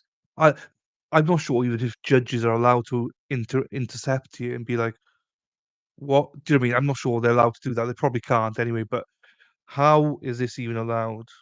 I see the defense writing loads of notes stuff down, but it's like, guys, come on. Still no one objecting. Exactly. Okay.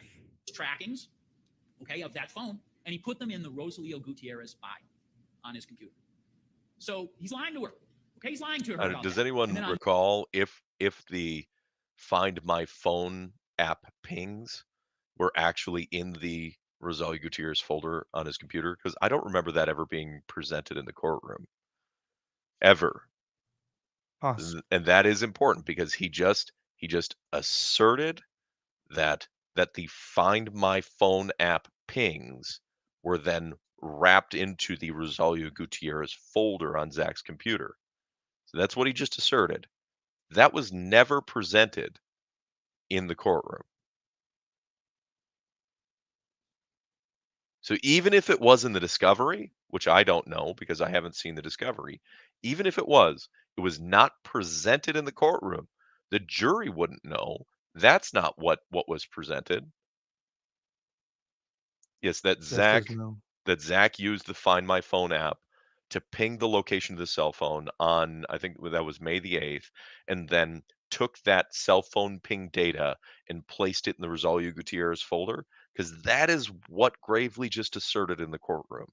And if that wasn't what was presented, which is, to my memory, what was not presented, that was never presented, that is a false assertion of fact.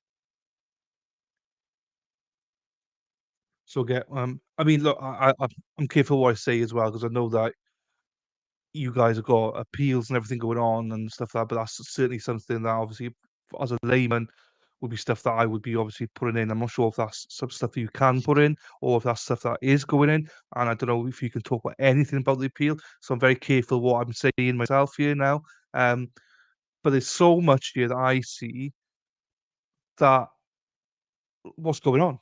There's so again, I'm a layman. I'm thick as shit. I don't know legal processes. I don't know any of that. But just on the amount of lies that he said, how can this even stand? That's why I'm interested to see the whole trial. How many other lies has he said throughout? Um, I'll say I'm careful what I'm saying because you can't speak about certain things. I know that, and I don't want to say too much either because of that. I mean, But I'll just decline to answer if it's something that crosses the line. So, I I mean, would speak never your mind. ask you anyway. But Yeah, I mean, but the reality is that that they never asserted that those phone pings were in the Rosalio Gutierrez folder that they located on Zach's computer. It was never yeah. asserted, and this is a false assertion of fact. So remember, we covered that the false assertion, the misrepresentation or false assertion of fact, that those are standards that lawyers and prosecutors are held to in the state of Wisconsin and by the American Bar Association. And if they are doing this intentionally, which he just did intentionally, without question, stated something as fact that was not presented during the case whatsoever, now he's falsely asserted a fact to sway the jury to a guilty verdict. And that means it's an impeachable offense. This is ridiculous. This is something that this is one of the reasons, one of the many reasons. This whole closing argument, all these lies and misrepresentations that he pushed through this is why we have so much focus on trying to take away Michael Gravely's law license. This man should not practice law. He should not be a representative of the state. He does not respect us as citizens, does not respect the Constitution, does not respect our rights. He does not belong in his office. Well said. Someone clip that. Yeah, I agree. Couldn't even say any better. So let's move on because I can't say any better. May 13th, his phone, his own electronics, puts him in Kenosha. at the exact time that that text is made to her that repeats the words Rosalio just said to her. So every time the electronics finds, rather than clearing him, that he's lying. I can't confirm that. I obviously don't know if that's true. The I've got the Kenosha, timeline. on the 13th or whatever that was, his phone pinged in Kenosha. It never pinged at Rosalio's home. So he did dodge that because he never stated that Zach was at Rosalio's home. But he led the jury to believe by inferring it. So he didn't actually violate anything in that statement. Fine, but pings mean absolutely nothing, so sure. But Right. yeah. And that those obsessive, boundary-breaking moments are all true. Okay, so here's another horrible piece of luck if you're an innocent guy and falsely accused. After you found out Sadie was seeing someone, you purchased 2 trackers, okay, to track vehicles with no explanation for that is in the record, right? That we don't know of any reason, but it certainly is coincidental timing. And here's one thing that would be lucky for you again. Here's an opportunity you could clear yourself, right? If those 2 trackers could be found, surely they would show that they haven't been mounted on Rosalio's vehicle. They haven't been used to follow him or make sure that he's home at certain times or any of that. But one of those 2 trackers can't be found at any of the search warrants. We found 1, but not 2. We ordered 2. We know 2 were delivered based on the electronic information. 1 is missing. What horrible luck if that tracker would have again been able to clear you. Okay, here's horrible luck. Marquand Washington, who you roomed with for 5 weeks, only time he's ever cooperated, says all the things he says, including that you ended up stabbing this man in the end, that you use garbage bags, that he'll never be found, and that he suggested the way to kill someone is to surveil them and keep tabs on them and use the devices you can buy, like trackers on Amazon. Here's horrible luck. You yourself bought trackers on Amazon. You yourself have been documented in all the ways we just talked about on each of those days as being involved in surveillance of the victim. So all of the ways you said would be the right way to prep to do a murder, to do a mission of murder, are actually confirmed by your own devices. That's really bad luck. It's horrible luck if you've been falsely accused. But they never confirmed the use of this other tracker, this alleged tracker that they never found. They never located this second tracker. It was never located on Sadie's vehicle. I don't know of any evidence that was ever presented about this second tracker. So he claims that he bought 2 trackers. They found one brand new in the box. I know that one was brand new in the box for sure. But they never presented that the other tracker was deployed at all. And now he's stating that this is the way you would track and kill someone, but they never had any tracker planted on any of Rosalio's vehicles either. But if he was tracking someone to kill them, then wouldn't Sadie have been killed? Yeah. There's such a leap, such a gap in the logical presentation here. It boggles the mind. Yeah, agree. Here's a moment where you'd think that that you've been monitoring this guy. You do admit to the police that on April 24th you did peek in the window, but you took your 11-year-old to witness it. Your 11-year-old who was about to turn 12. You took your daughter to witness that. You used her as a tool, as your fellow spy in there. And so, again, you're unlucky because a jury hearing that. Right, I stop you there for a second. So that's another thing that comes up a lot for me from other people about this bit about the stalking that he took her and looked. So can you explain a little bit more about that? Because I never know what to say about this. So on the night of the 24th or early morning of the 25th, as they had kind of claimed, they say that Zach took my niece to the house to spy through the window. Now, Zach said that he had a premonition. There's, I believe, some police that testified that in his interview that he stated that he had gone there that night, something along those lines. I mean, regardless. So even if he did go there that night, I wasn't there. I can't say for sure, even if he did. He didn't take video footage evidence of it at all. He didn't. There's no proof that he went through the vehicle. No proof of half of the things that they accused him of, other than looking through the window. And to my understanding, there was a discussion with my niece about whether or not she believed that her mother was dating other people because she was upset with Zach for dating other people, and she accused him of lying. And then, to my understanding, which is hearsay for all intents and purposes, he said, "Well, you think I'm lying? I'll show you with your own eyes then." And that, albeit not the greatest parenting choice, even from my opinion, is my understanding of what happened based on the hearsay of the situation. Now, does that mean that you're surveilling this individual and surveilling this relationship? No, not at all.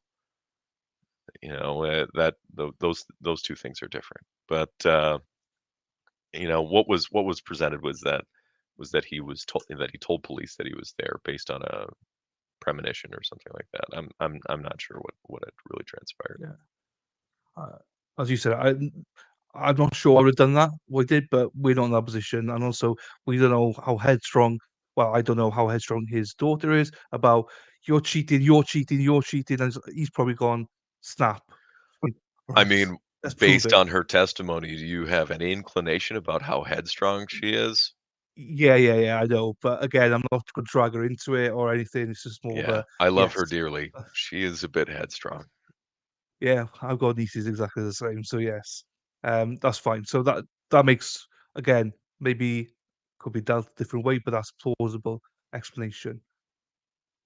That will know that you don't have any of the limits that they would expect for a person who was innocent and falsely accused. Now, here's another one, right? You're accused by Sadie as part of these Right. accusations of taking items from Rosalio's truck, his registration, and a letter to a person named TJ. The daughter also confirms those things, but you didn't do this because you're not jealous and you are not controlling, and of course you do know limits, and you're just being falsely accused. So again, here's a moment where if you're an innocent, falsely accused guy, we're going to be able to clear things up, right? Here's a moment where we're going to be able to show, okay, we've now looked at what you did, what you're saying, that you didn't do these things, and we're able to verify. But in fact, just the opposite is true, isn't it? Because what we find in his electronics we find that not only right after you would have returned from Sadie's place on April 24th, so in the early morning hours of April 25th, you're already doing searches of Rosalio's Colorado plate and the name of Rosalio's stepdad. So okay, on this statement. So I've made comments about this in lives before, but if the electronic data, like he said, it did show that he went home and then searched for Colorado plates, for looking for the owner or registrar of the Colorado plate. If he went through the vehicle and took things out of it, why the hell would he need to look for the owner of the vehicle? Yeah. Right? So I mean, this is not logical. So he says that what his argument is backed up by electronic evidence. But it's the contrary, actually. It's the complete opposite.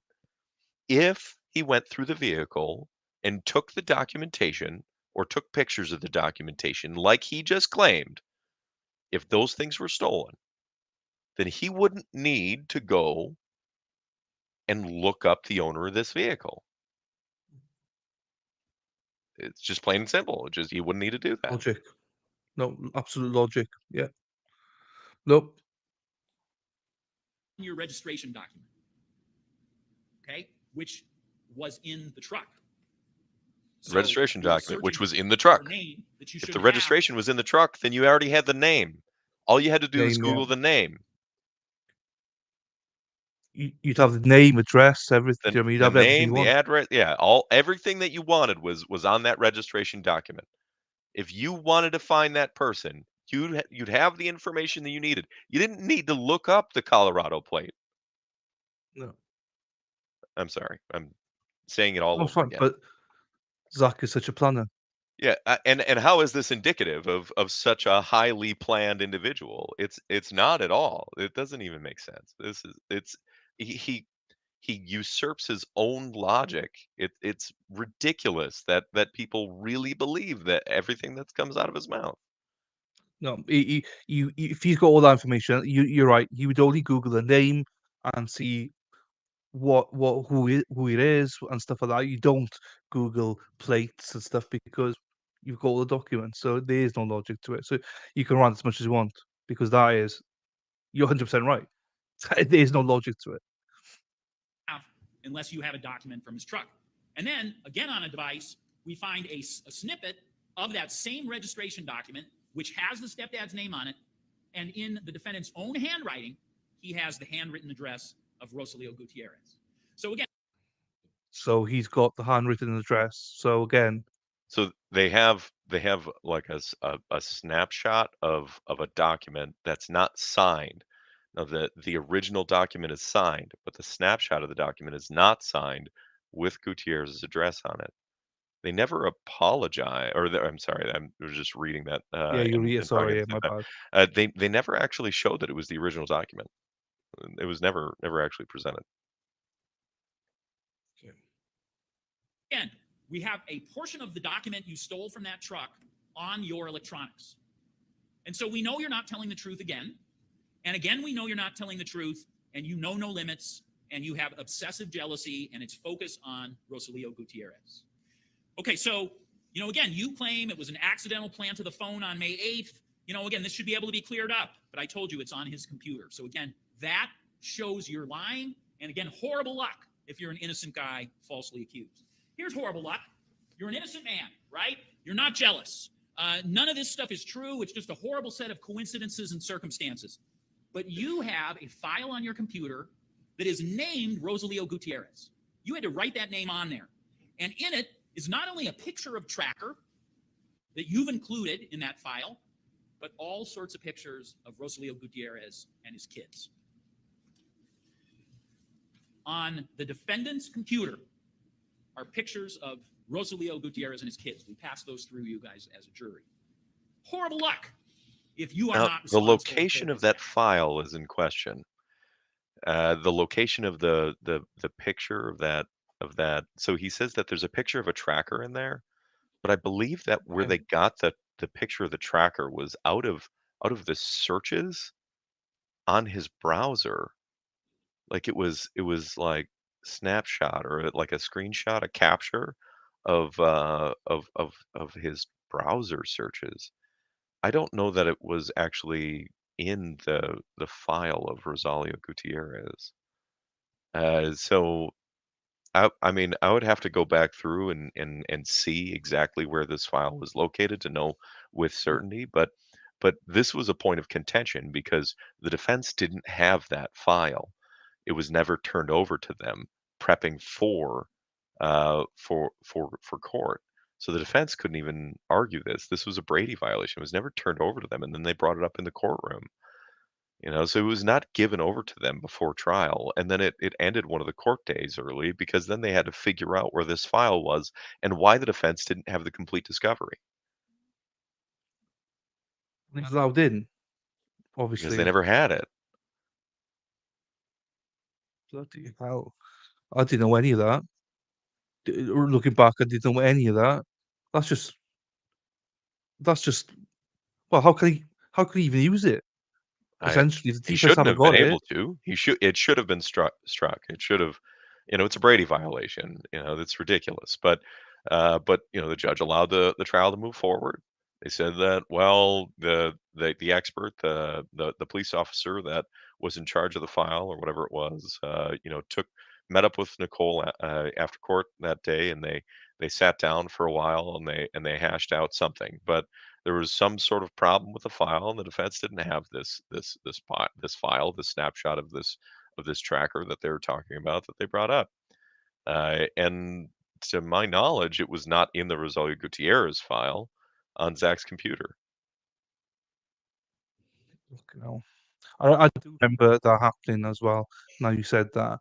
I do remember something happening about this. I didn't understand it was this though.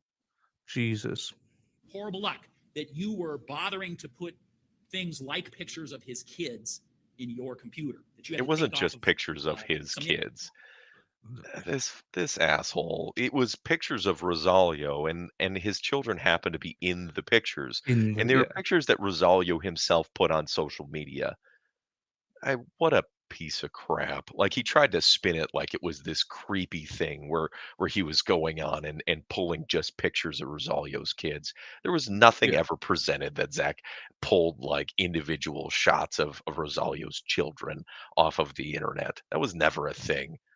God, what a piece of garbage. I'm sorry. That, Carry that and on. that's not nice. Especially that's not nice, even full stop. Because you talk about children now, and what do you think about straight away when you think about children, pictures of children? That is definitely playing on people's minds. That's not right at all. internet source, right? Facebook or something. You had to screenshot each one of them. You made a choice each time that was important to you. It was important to store that. No limits on the defendant and his behavior. On May 13th, again, we should be able to clear you on May 13th. Sadie says, listen, he texted me the same thing that Rosalio just said when I was at his place. There's no reason that the defendant should be over at Rosalio's place when I'm visiting him on May 13th. Well, your bad luck is that your phone puts you there. At the same time she says As that it turns text was being out, made, that is a your false text assertment of fact. She didn't text that until the next day, till the 14th. So that is a lie. So she did not text him that that was the same thing that Rosalia just said to me. That wasn't until the next day. That is a lie. I'm wondering if just Jurors is here with where we're at with all this, like, because it seems every time we stop this, every 30 seconds, it's another lie. If you're here just Jurors, give us a count of where we're at with some of these things. is the same words she claims are on there, and it sure looks to a jury like you are rehearsing, like this is a dry run for the murder you will commit 4 days later. So here's how your bad luck continues, right? Because there's a crescendo of activity that seems to be leading to a homicide, and it's bad luck that these are things all from you. It seems May to be leading 14th. a crescendo of activity that seems to be leading to a homicide. What do you mean? Yeah. All right. Let's just make up words. It seems to be. Right? Right? Right? Okay, 3 days before the homicide. You want me to stop by to meet Junior tonight? Not a little later, half hour later. So you're saying I can stop by and meet someone later? You're taunting. That's snarky. You're taunting her. Yes, it was snarky. It was shitty communication. It was definitely snarky. But that's just, that's just banter, right? It was it healthy communication? No. Did he ever stop by to meet him? No. That never happened. And thinking gloriously about what will happen when you meet him. Remember what your daughter told us? Remember what she said on the stand? Let me get to that. Let me make sure you guys hear that one more time. Well, just make it up, Greeley. She says, my dad said something about showing him who the man was. That sounds like what you're up to on May 14th. May 16th, 1 day before the homicide, folks. 1 day before the homicide. You have the kids over when this text goes out. You're not a jealous guy, right? You're an innocent man falsely accused. And what you're bothering to text Sadie Beecham is, this is 1 day before the homicide. You race down to Kenosha every chance you get to lay down with some Down syndrome Mexican version of your father. That's how you choose to address her 1 day before the death of Rosalio Gutierrez. Awfully, horribly unlucky and inconvenient if you are an innocent man falsely accused. Here's where the bad luck gets profound. Here's where disrespectful, snarky, right? Paints him as an asshole. Yeah, that was a really shitty thing to say. Yep. Okay. No arguing that. That doesn't make you a murderer. And that's also not a jealous thing to say. Just Mm. that's a shitty thing to say. Like, yeah, go, sleep with some. Fuck yourself, yeah. Yeah, like whatever. Like every chance you get, you're running down there, and anytime you're not with the kids, you're trying to run down there to sleep with this piece of garbage human being, which is what he's inferring. Yeah. And and that's not kind, right? That's Mhm. that's not that's not like a healthy dynamic to maintain in communication and in a failed relationship at all. But have you said something terrible about an ex going to sleep with whoever they're seeing now? I'm sure. Mhm. Yeah, I'm sure. That's a normal range of human emotion. But that's not a threat. That's not stalking. That's not an indicator of any of those crimes. All that is a statement of character assassination. And like Ashley says, people aren't perfect. That's a great summation of it. But also, yeah, you're 100% right. In the moment, heated argument, you're going to say, right, you slag, or open your legs, and, whatever. Do you know what I mean? You're always going to say, well, not always, but there's nothing bad there. Do you know what I mean? Jesus. Yeah. I mean, For there's you to, reasonable doubt. for you to believe that Yeah. the defendant is an innocent man falsely accused. Because on the evening of the murder, okay, around 10 p.m., And half Irish, if you are actually half Irish, then 100% you've been a straight up bitch. Because Irish people, I love Irish people, but you don't mess with Irish people, especially if you're from Cork. Jesus, I've learned that lesson. I lived there for 2 years. Let me tell you, Irish women will tell you exactly what they think, and Scottish women will as well, and Welsh women would. Jesus, actually, I'm surrounding myself with women here. But yeah, I think everyone knows what you were just saying. So I think everyone's been in that situation. So As it turns out, Jen has the very, very defendant's strong home Irish at the heritage, and exact that's one of the time reasons period why we get she. necessary. along. She tells me what's what. Oh yeah. I love it. I love the Irish. I love it. I love living there. It's awesome. Irish women, just don't mess with them. That's all. To commit this murder is off the grid. In fact, all of his devices are off the grid from 7:30 to 11:19. What are the chances? Wait, What are wait, the wait, wait. chances the No, exact no, time no, no. period needed? That's misrepresentation. They weren't off the grid. They were powered on. They pinged in Mequon the whole time. Every time he received a message, they pinged in Mequon because he received text messages while he was sleeping and he didn't respond during those hours. And every single time his devices were in Mequon. That wasn't a question. So he just misrepresented the information. He said they were off the grid, like he turned them off and took them with him. That was never presented. Like he Yeah. turned them off and put them somewhere. That never happened. They were powered on and at his home while he was sleeping. Oh, we went through this in the first part. That he's allowed to sleep at certain points. Um, everyone's allowed to sleep, so that's reasonable that they were on and he was asleep. So, and I don't know where Mekwan is in the sense of where we like logistically. How North. I don't know what you're talking about. North an hour and like an hour one on the fastest route via freeway with no traffic or construction, up to about an hour and a half away. Fine. So again, they can definitely verify with cameras then that they've seen him. But no, they have nothing. Okay. To drive to Kenosha, wait around, wait for Rosalio Gutierrez to get home at a little after 9, murder him at around 10, and then get yourself back to Mequon. How is it that amount of time is the exact period of time you're off the grid? That would be the worst luck in human history if you were a person who was innocent and falsely accused. Here's the absurdity of any conclusion other than that the defendant is involved. Okay? Tell me how this portion of bad luck could even exist in the world. The defense put in some evidence about the phone changing position. Remember, it went from up to the side. And the time period on that was 10:11 p.m. on May 17th. Okay? I'm going to suggest to you by far the most logical reason why that phone would change positions is it's been placed in the freezer. Right? That's why it's changed position. It's now being hidden in the freezer at 10:11 p.m. Okay?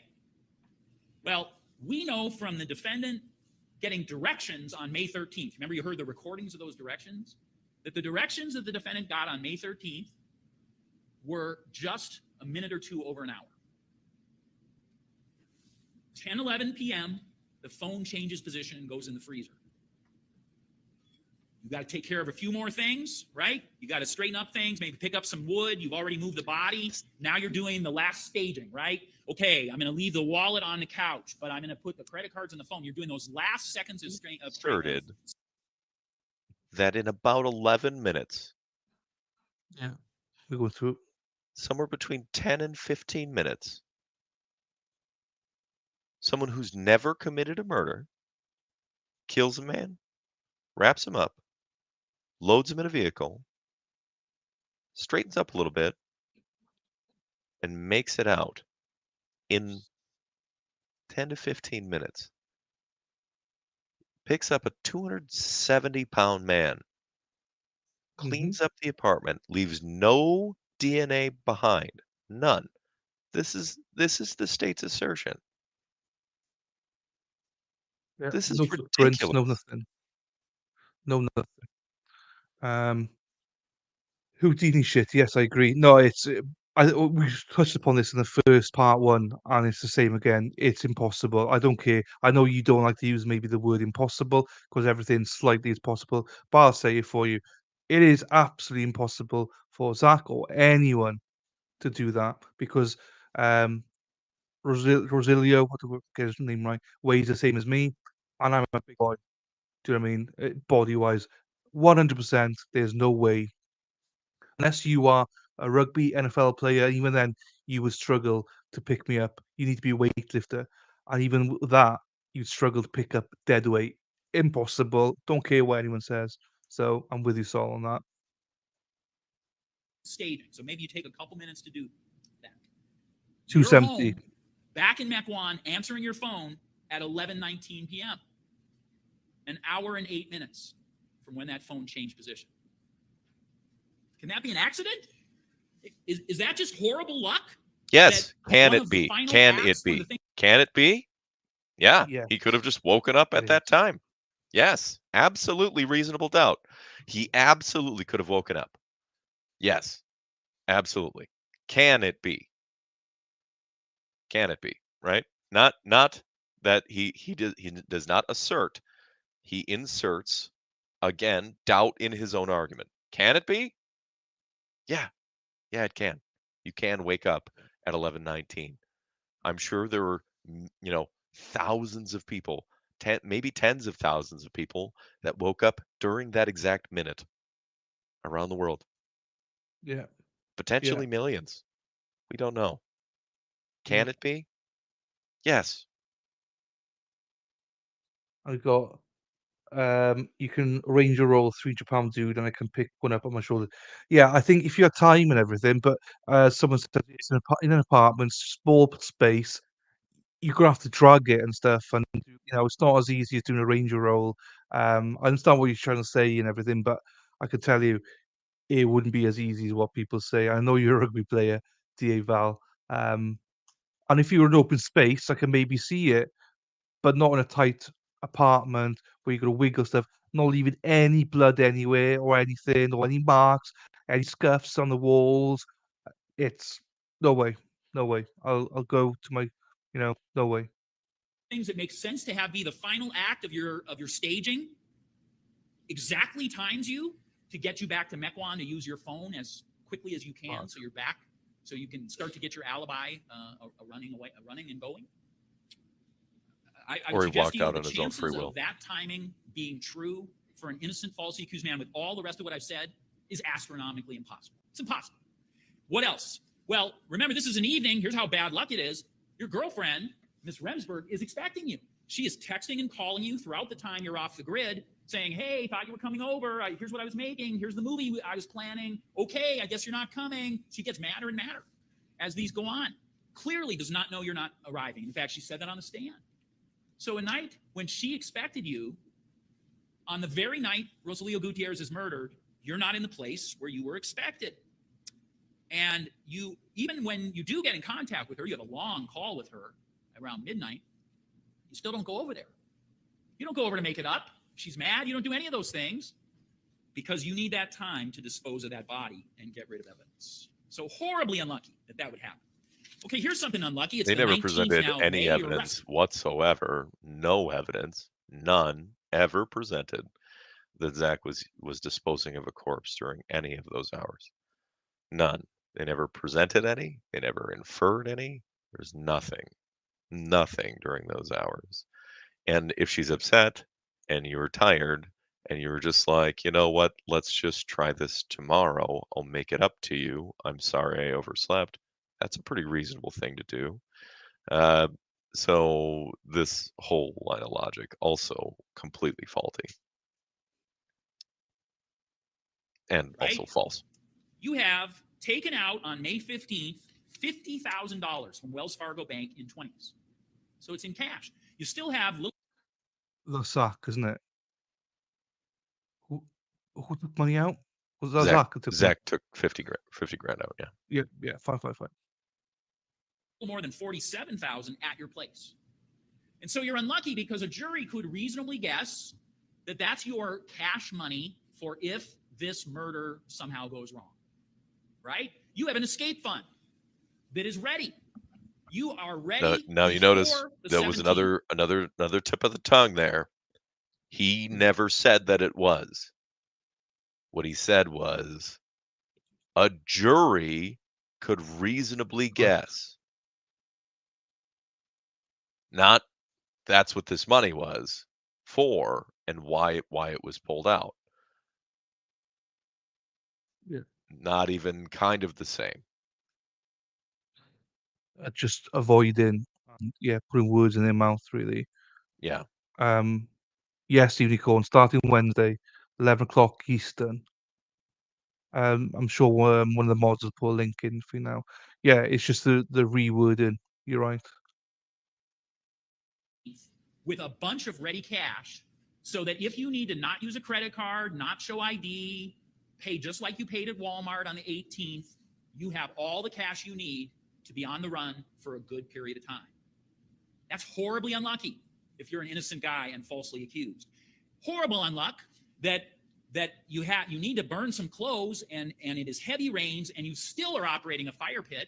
Do you remember that one of the witnesses in this case, who's a friend of the defendant, said, yeah, I went over there on the 18th, pouring rain. He is operating a fire pit even then. And so you have this fire going through the heavy rain. Here's how Who said that they were there, that he was there on the 18th and it was pouring rain and he was operating the fire pit? I don't remember there being pouring rain on the 18th. Again, I think we covered this a little bit in part one, and I think you said there was no rain. It was It drizzled. drizzle. There was some on and off. Yeah. It was overcast. It drizzled on and off.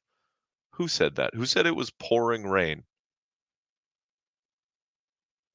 No one says it. Well, Nobody said it was pouring rain. They claimed that it was pouring rain in Kenosha on the night of the 17th and that they had gotten all this rain. But then they talked about some sprinkles. There was some sprinkles. I think that's that what there half was Irish says. a total of an inch of rain in Mequon over all of those days of overcast and on and off drizzle. That's not pouring rain. So this is a mischaracterization. Yeah, fire pit isn't suspicious anyway. It's cheaper than a shredder. I mean, I think we have I don't have a fire pit right now, but I would have one if I was burning everything. Do you know what I mean? Yeah, I mean it's cheaper than a dumpster, right? It's cheaper than Yeah, taking it to the dump and paying for the disposal. It's real easy to get absolutely. rid of. Common sense. Are the very top of the ashes, the top level of the ashes, have jeans button, Hanes sock, underwear, bleach bottle, and steel toes for boots with laces. That's at the top of the burn pile. This is what you have been burning most recently in terms of things they can see. And it all sounds like the type of things you might need to burn to cover up DNA. That's horribly unlucky. So it that you would be sounds involved like in a it all sounds like something you would have to that you would burn to cover up DNA. He never asserts that it is. He just says that it sounds like. Inherently, the lack of statement of fact is reasonable doubt. It sounds like Mm. something you would do. Not that it is. It is something he did. He never asserts the fact. It sounds like. He's full of shit. It's not what they actually showed. He very specifically presented something that they didn't have any evidence to back, to bolster, and he said it sounds like. So he sidesteps his own necessity of a statement of fact by inferring something in his statement to make it sound true when it absolutely was never presented. So this is this is not technically in violation because he said it sounds like. However, it's Mm. shady, and we should all recognize as citizens, as potential jurors, that if a lawyer is doing this, that we recognize that they did not have the proof to bring to the courtroom to prove that's what transpired. Very quickly before 4 o'clock UK time. I forget. I always think I'm the only UK person here. 4 o'clock, unicorn. I just want to say one thing quickly here. Um, he's obviously, I imagine, if you go back at his year-long cases, he's probably been caught out in his younger days and been slapped on the wrist or something, which is why he's so experienced now and why he knows about all how to present all these things. So it'll be interesting to see how he was, how he's developed as a DA and how his lies have developed, and if he uses the same kind of language every closing speech, has he actually got a script that he just uses and just inserts some buzzwords that he needs to put in? Because I imagine this is the same speech he gives on every closing or very similar to it. I would say. He's got it just down pat. He's sort of got it down pat, which means to me that he knows exactly what he's going to say. He doesn't need Right. a As they script. would say in the legal world, like a modus operandi. It's like a, Yeah, a, a a regular standard of behavior that he elicits, yeah, given a situation. So in this where he doesn't have shit for evidence, he's just trying to sidestep around it. He's pussyfooting around, trying to present a case to win, not to present the facts. He's trying to present to win. It is nothing about justice. It is absolutely trying to poison the well. That's all he's trying to do. burn in heavy rainstorms for days, and at the top level are the very things that seem like you are trying to destroy DNA. Boy, you're unlucky that the back third of your carpet is cut out. You're horribly unlucky. And you're horribly unlucky that your 12-year-old daughter and now 14-year-old daughter reports that isn't how it looked when my brothers got out of the vehicle. I saw what my dad put in there. I saw what my dad had. And the carpet, in terms of bleach stains and the cutout, she was adamant with you folks on the jury that back third was not cut out when she last saw that van on the weekend of May 16th and May 17th when she left. Her mom picked her up on May 17th in the afternoon. Remember, Ms. Remsburg also said that van cutout, we showed her pictures. She said that van cutout did not exist when I last saw the van as well. So 2 witnesses told you that third of the van had How? not been cut out. So what Out of curiosity, Christine was at Zach's house on the day he was arrested. She was present and accounted for. She was there. So maybe she didn't look in the back of the van. Zach was outside throwing things away. Maybe she wasn't outside seeing it. Maybe it happened on the day that Mike and Brandon showed up. I have no idea. I don't know when the carpeting was removed. I have no clue what date yeah. it was removed. I wasn't there. But it was clearly cut out on the day of the 19th of May when he was arrested. So Christine says that it wasn't cut out the last time she saw it, but she doesn't remember. She also admits to having a very poor memory. She openly admitted it. And when they asked Andrew about it, he said, I don't know. I didn't really look. I think it was there, but I'm not sure. This is why I was going to bring up what Tuddy Pip put in Lady Usak, because their own witness said Right. So that there was no carpet there. he's trying to, boost his own credibility by saying that and trying to not mention the fact that Susan said that that the carpet was missing. Susan saw the van on Horrible. Friday, the 15th. Yeah, because he was removing stuff from there to the burn pit, wasn't he, or something? Yeah, If I remember rightly. removing stuff from the house up in Belgium. Horrible luck for the defendant if he is an innocent, falsely accused man, and for some reason he cut out that carpet. It's in the exact place that speck of blood of Rosalio Gutierrez is, and here he is with that carpet cut out. Now, again, if he cut it out recently, we probably would be able, you'd think, well, he could clear himself, right? Because we'd find that carpet somewhere on his property. But that carpet cutout is gone. Again, it's missing. And it could clear him, right? Just like Grandpa's boots could clear him. Just like the shirt might clear him. All these things that could clear him are missing from this case. That's because they would never clear him. That's the real answer. But what a horrible circumstance for a guy who is falsely accused. So, you think about the ultimate bad luck in this case. And I already talked about the DNA evidence, so I won't belabor it. I just want to say, what are the chances that in this exact square foot on the planet Earth, the exact square foot on the planet Earth, a man who's innocent and falsely accused would have the blood of the man who died on May 17th? How could that happen? What is blood? the astronomical... Yeah, and we could go back into this. It's like, it's not blood, mate. And he said before that, I was going to pause it then. I'm not going to go into the whole DNA, the blood stuff. We've spoken about it enough because you've got nothing to put in. You've got nothing to say about it gravely. Literally zero, because there's nothing. He also says that they, that they could have, figured it out had they found it on the property. But, I saw the dumpster. They didn't even search the whole dumpster. It's not like they emptied the dumpster out to search it. Like dumped some of the stuff off the top, but they never emptied the dumpster. They never looked. Unbelievable bad luck to have that in his van, right under where carpet has suddenly been cut away, right, in the same van back as the bleach stains. How could that be? And your daughter, how could you be so unlucky that your daughter is also willing to testify that you were focused on this guy, that you were stealing from him, that you were spying on him in all sorts of different ways, that she was being asked to spy on him, and that every time she saw you, this is what you were obsessed with? That was not what she said. No. That's not what she testified to. She didn't say that every time she that she saw him or interacted with him that he was obsessed. That was not what was testified to. Just period. Flat across the board.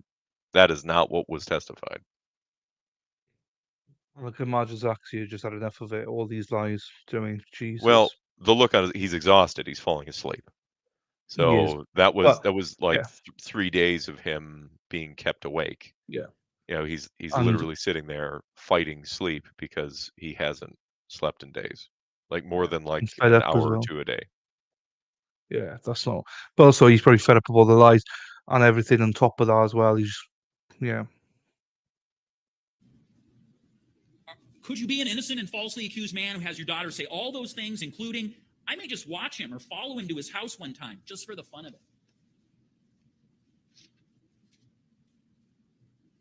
So I want to end this sort of idea that you can't be an innocent man falsely accused with this piece.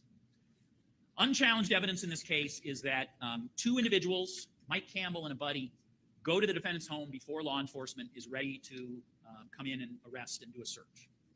Mike Campbell, this is unchallenged evidence in the record here, says, I told the defendant, I thought at the time he was his brother, that's what he had told me, but I told the defendant, hey, we're looking for our buddy in Kenosha. He was dating your ex and he is missing. So now the defendant knows, okay? If he's an innocent and falsely accused guy, he knows, okay, people are concerned about a guy in Kenosha who's missing and he is an ex of, he is dating my ex. And of course, he already has a computer file on this guy, et cetera. So, there's no way the defendant doesn't put two and two together about who they might be speaking about. So now Kenosha law enforcement are now going to talk to the defendant. Okay? He's been visited by people who told him, hey, our buddy from Kenosha is missing. He knows that it's Sadie's new boyfriend. Now police are speaking to him. Okay? There's no way the defendant on the 19th of May does not understand what a big moment this is. Okay? Here is his opportunity by telling the whole and total truth to clear himself. Right? He will be able to clear that. Here is his opportunity. So this is a Fifth Amendment violation. Here is his opportunity. He knows this is his opportunity. So now he's going to infer that he stayed silent, which is why he's guilty. This is a problem. This is the violation of his rights. So this is where he really sets it up. Now he makes some comments earlier where he's like, oh, you had an opportunity to clear it up. You had an opportunity to clear it up earlier, but this moment poignantly is a violation of his Fifth Amendment. As he leads into it. So you can keep going. Yeah, I've just gone back 5 seconds. by telling the whole and total truth to clear himself, right? He will be able to clear this up. You just got to tell the truth. You just got to be honest about what the circumstances are so that we can clear this up, because this is a big deal. This is no one playing around. Someone's missing. What does he choose to do at that moment? You tell me if an innocent and falsely accused man would behave in this way. Okay? They ask him about what car he operates. You know what he says? The Audi. He goes with the Audi. They keep pressing him. Oh, yeah, okay, well, there's a van, but I hardly drive that. They press him some more. Everybody drives it. Well, you know from Remsburg that the defendant at this time period is using the minivan. You know from the Walmart video, the defendant is using the minivan. So the defendant, for some reason, deliberately tries to avoid talking about the minivan. No. 2 days after the homicide. No, he never asserted that he didn't drive the minivan. So this is intellectually dishonest. He says that his primary vehicle for him driving around, what he would drive, going to family functions, going grocery shopping, doing things like that, is the Audi.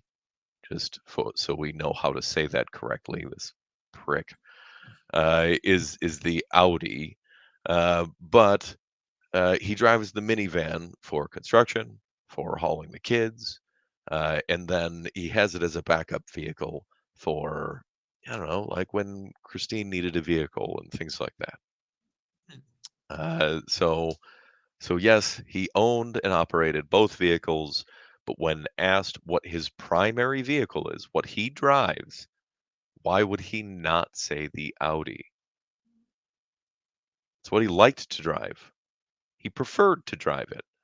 He had purchased the minivan to give to Sadie because her car was having problems, but she didn't want it. So he used it for other stuff. Yeah. He had owned the Audi before that. The Audi was his car. That didn't mean that he wasn't going to use the minivan. This isn't some insane logic. This isn't dishonesty. This is a mischaracterization. And it's quite normal. Well, I feel it's quite normal to have two vehicles. So I don't see anything wrong with what you said, to be quite honest with you. So knowing Rosalio Gutierrez is missing, he doesn't want to talk about minivan. He's trying to steer the detectives to the Audi. Why would you do that if you're an innocent man and falsely accused? They ask him about the different circumstances. They ask him about whether he placed a phone on May 8th.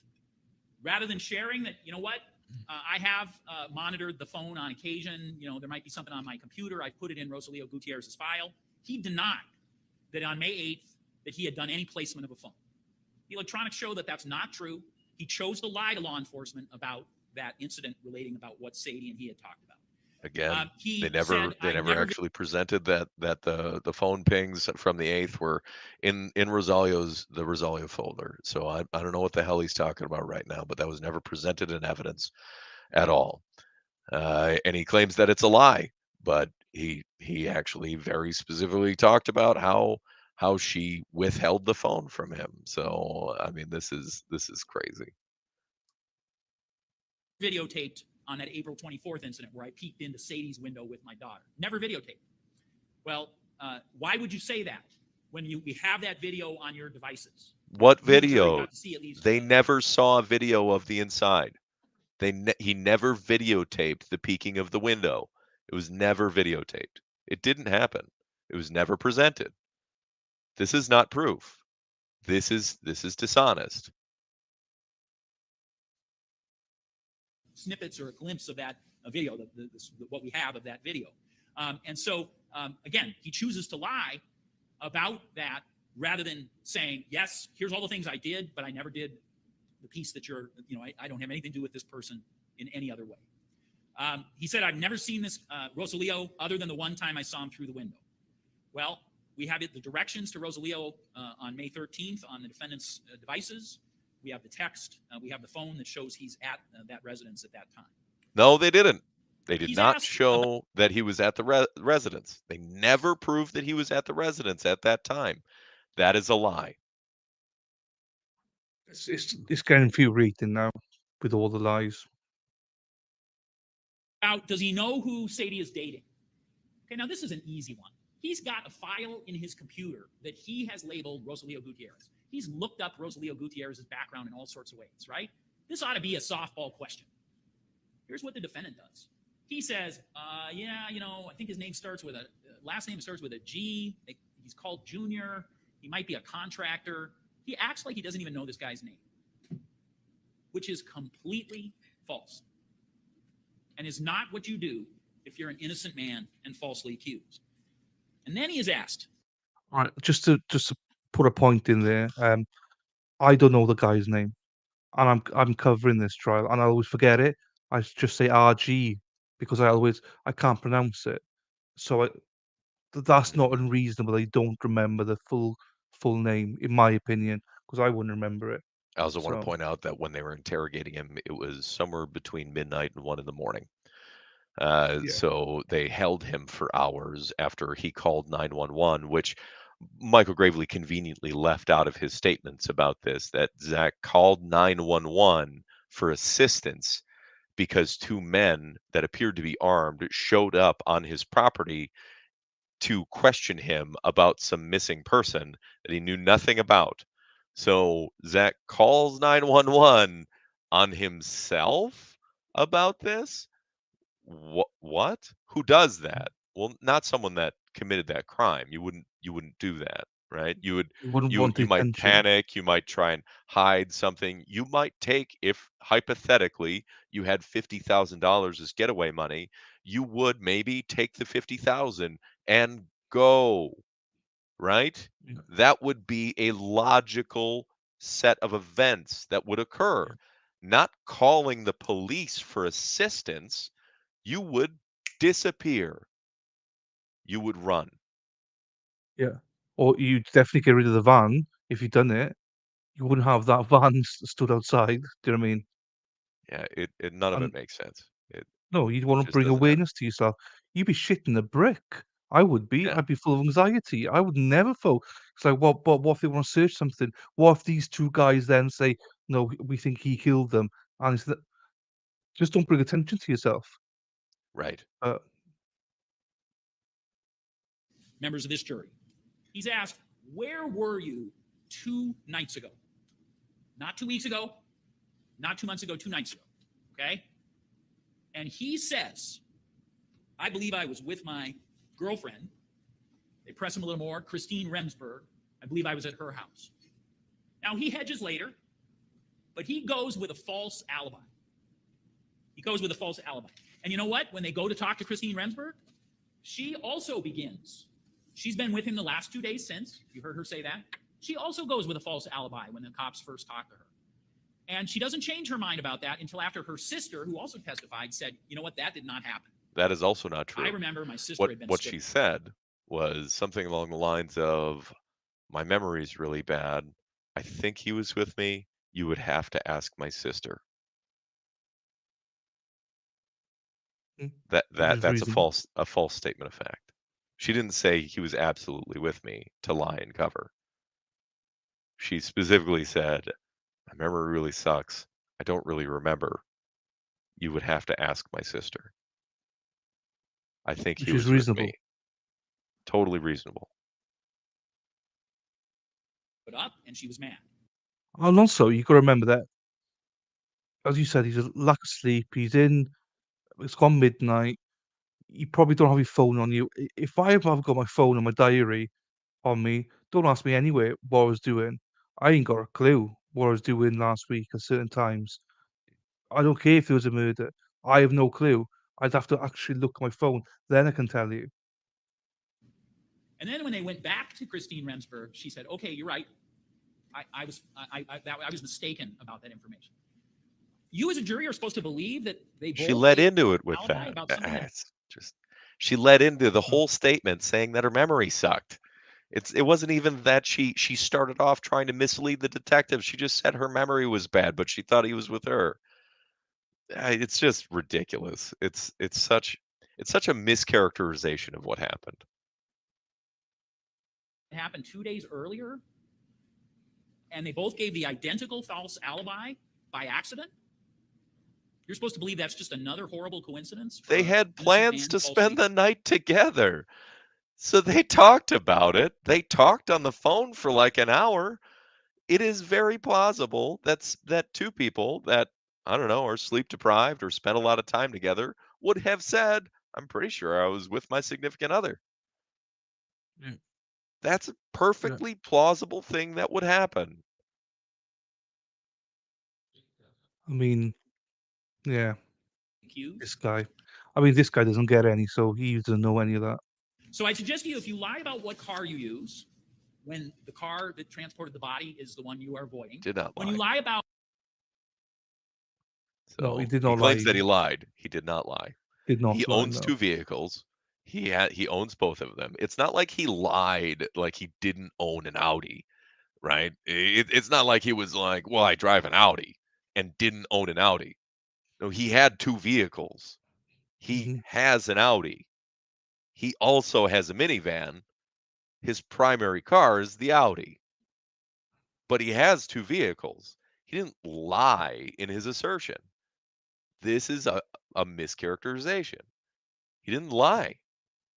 He's a works van that you don't count as your primary car, and also other people drive as well, from my understanding. So Unicorn, I have whether you not are written doing down it. all the timestamps on it. No. It would be mm, worth our time, mm, actually, if people wanted to do that. Yes.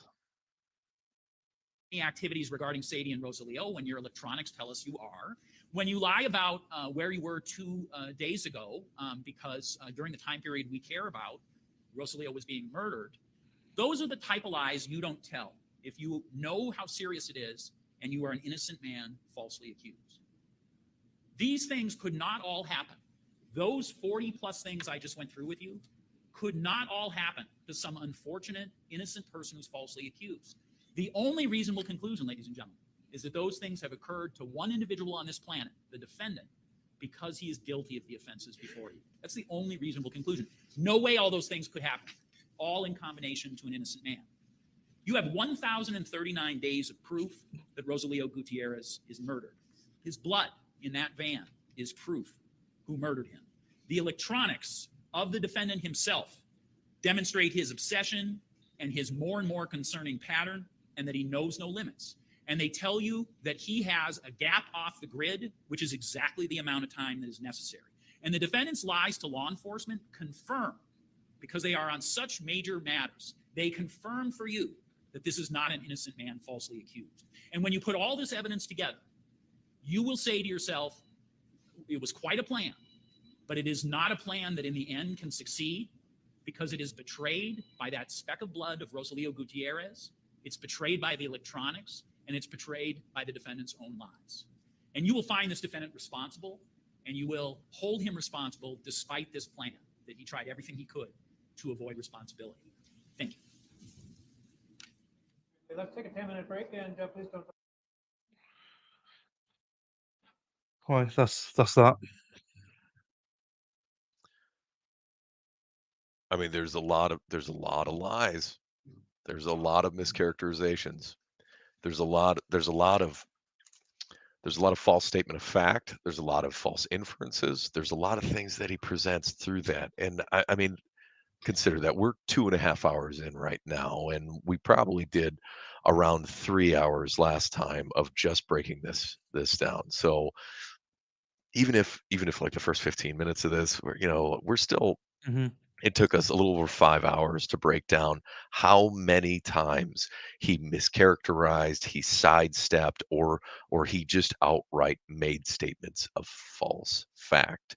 He intentionally presented falsehood. He intentionally and consciously manipulated the evidence to present to the jury in in the most dishonest way possible, a means to convict my brother wrongly, and that is why he should be disbarred, and that's why we're asking people to appeal to the attorney general to get with us. We're going to be releasing the letter of the Office of Lawyer Regulation too, but it's a little bit more in depth legal paperwork. It's not just a piece of mail to send in. It's a multiple page brief that needs to be sent in. Same with the letter of the Judicial Commission about the lack of mental capacity and really the capacity to be the judge on the case that Schrader was for the whole proceedings. So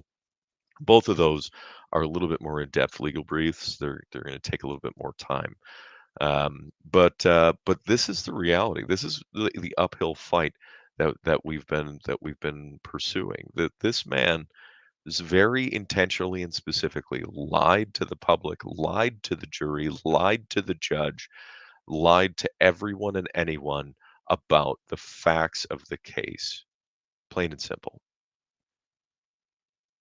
So what can people do right now? Um, what would you advise people to do now that A, know the case very well? What would help? Also, how can we draw more people in, do you think? So I think that getting the word out, you know, doing things like this is a totally different type of breakdown of the case as a whole, is going through this and completely eviscerating all of the doubt in this case. So many people had their minds made up about this. This isn't a I mean, unfortunately with this, we're like I said, this is a 6-hour total stream for someone to go through and try and watch a 90-minute speech, which is well outside the boundary of what most people's attention span is. But like recovery addict, he believed that what he said to me was the only answer was guilty when everything was weighed in. But when everything is weighed in factually, and you actually take into account all the lies that Gravely told in this statement, there's not a lot left. There's a lot of inference. There's a lot of sidestepping fact. There's a lot of requesting the jury to make decisions that they couldn't prove in the court. There's a lot of that, but Mhm. that's not the structure of our legal system. So for all of you out there, we've only had I don't know, like maybe 20 letters that were submitted to the attorney general here in Wisconsin. We need people to write the attorney general. We need people to ask for an investigation into the integrity of District Attorney Michael Gravely. This needs to happen. The Attorney General's office does have the ability to investigate the office of a district attorney. They need to do that. And that means that we need everyone out there, all of our supporters, and then some, to write letters requesting the investigation of this office. It would be ideal that we could we could try and get Kenosha law enforcement to search the landfill where it was rumored Rosario Gutierrez was dumped. That was Pheasant Run landfill. It was never searched, not even a preemptive search, nothing. No search was ever done there. So we have a landfill where it was rumored that Rosario was dumped. We need that landfill searched. That's one of the two letters. Let's rule it out once and for all. Let's put the rumor to rest. By God, if we find Rosalio, then thank you for doing it. But do it. Look for Rosalio Gutierrez. Find wherever he is. Is he probably dead? Yeah, he probably is. In all likelihood, he's probably gone. Was he murdered on the 17th? I have no idea. He's a big guy. Was he walked out of his apartment? Maybe. Was he struck in the head? Probably not from the front. There's no shards of his glasses anywhere. He wears glasses all the time, so that doesn't seem very likely. It seems likely that he was struck from behind, which meant that they had to be in his apartment when he was struck. That would make a lot more sense. So in this, we have a situation where the investigation is poor. They need to actually look at the evidence, go back into it without the bias of looking at Zach as the only possible suspect, which means investigating Narita Macias, investigating the messages that she deleted or did not send to law enforcement, investigating Michael Campbell, making sure that they rule him out as a suspect. I want to make sure that he's not guilty of the murder. It needs to be reopened. Everything needs to be done, but we need public support to put pressure on these individuals to do it. That means spreading the word, especially in Wisconsin.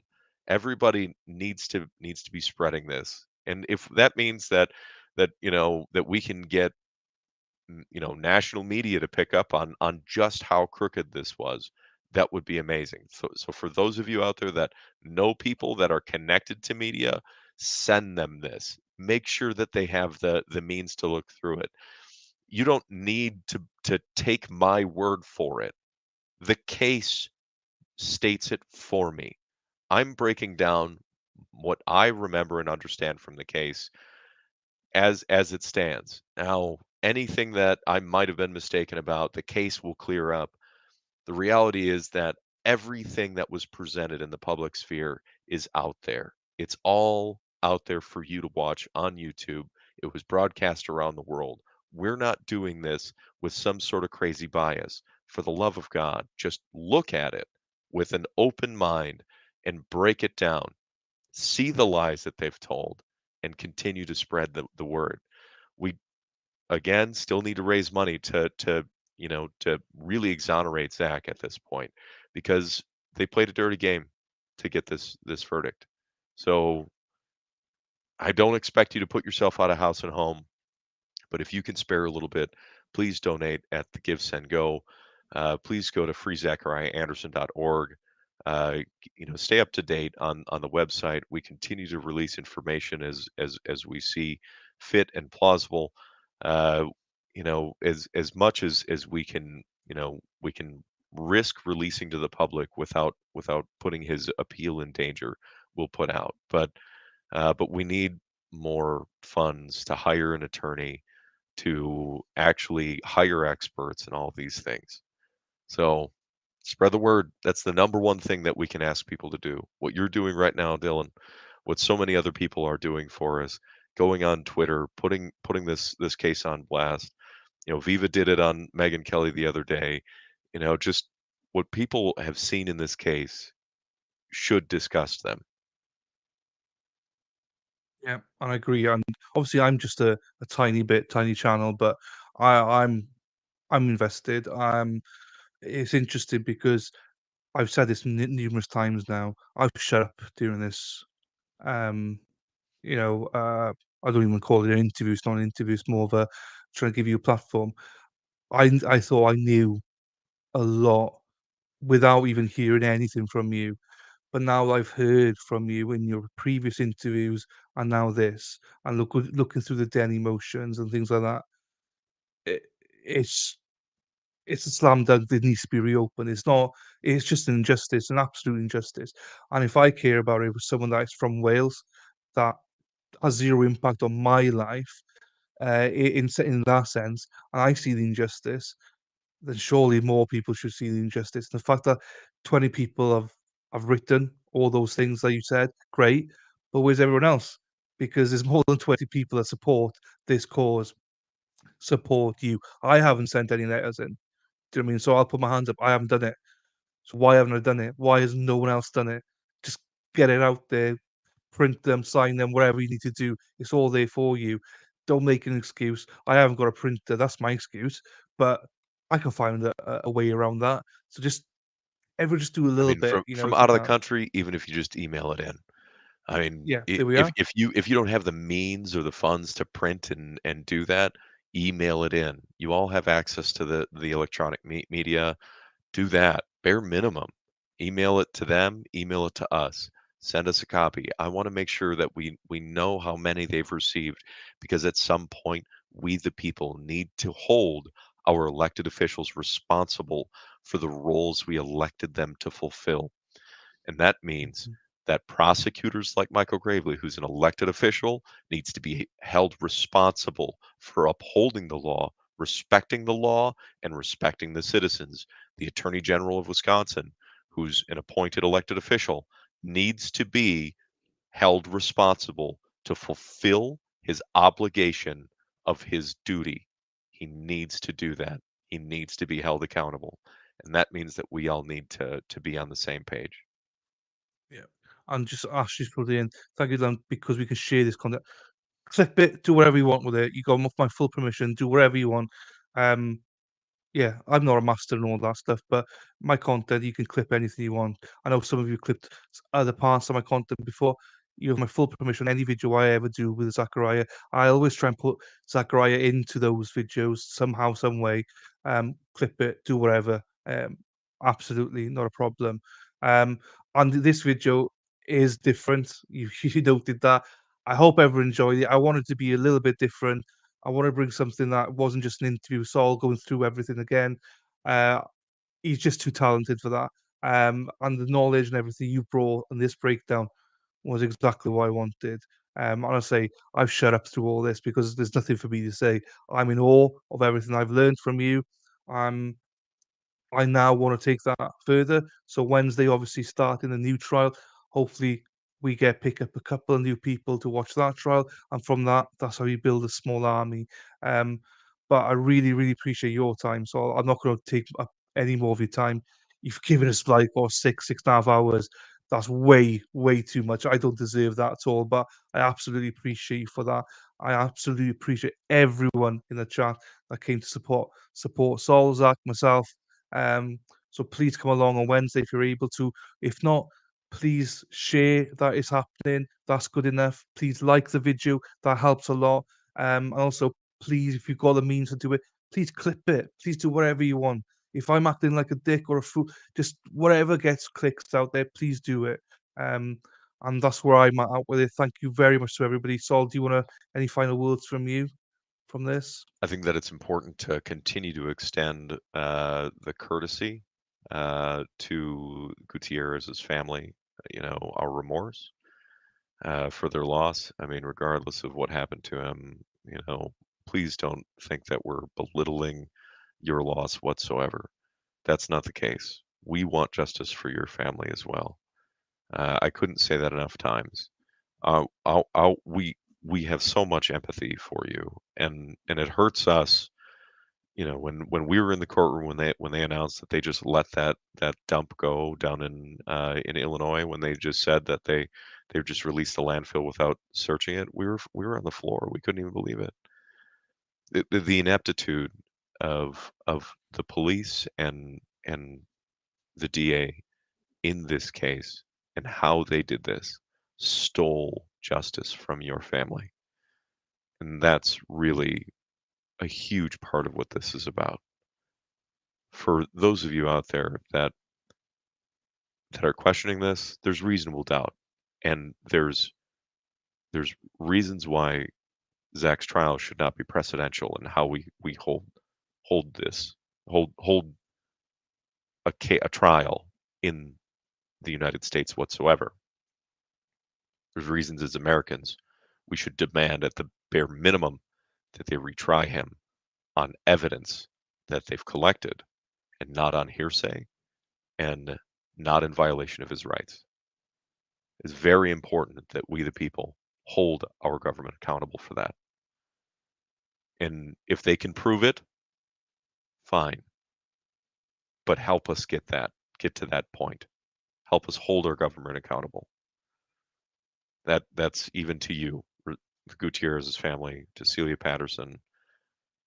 Again, sorry for your loss. We could not imagine going through what you're going through. So all of you out there, spread the word. Please understand, we're in this together. We're all in this together. It doesn't matter where you're from. We should not be treating people this way. We should not be stealing justice from victims just for the sake of a guilty verdict. Well said. Thanks again, Saul, for that. And as CSWIP said, justice for Zachariah Anderson is justice for Rosilio Gutierrez. We want both, and couldn't say it better than that. Our love to Zach. Hope he's keeping well. I'm sure we'll get an update. Please go on the website and look at everything from Zach, the letters and everything. Personal thank you as well to my mods, Josie and Sarah P, for keeping the chat going as well. I really appreciate that. And again, just finally, thank you so much, Sol. Thank you to Jen as well. And thank you everyone that helps behind the scenes as well. We really appreciate that. I really appreciate it. So thank you. And with that, we'll end the stream because it has gone on to nearly 3 hours and I've taken up way too much time of Sol. So I appreciate my friend and peace out, everyone. See you Wednesday. Thank you.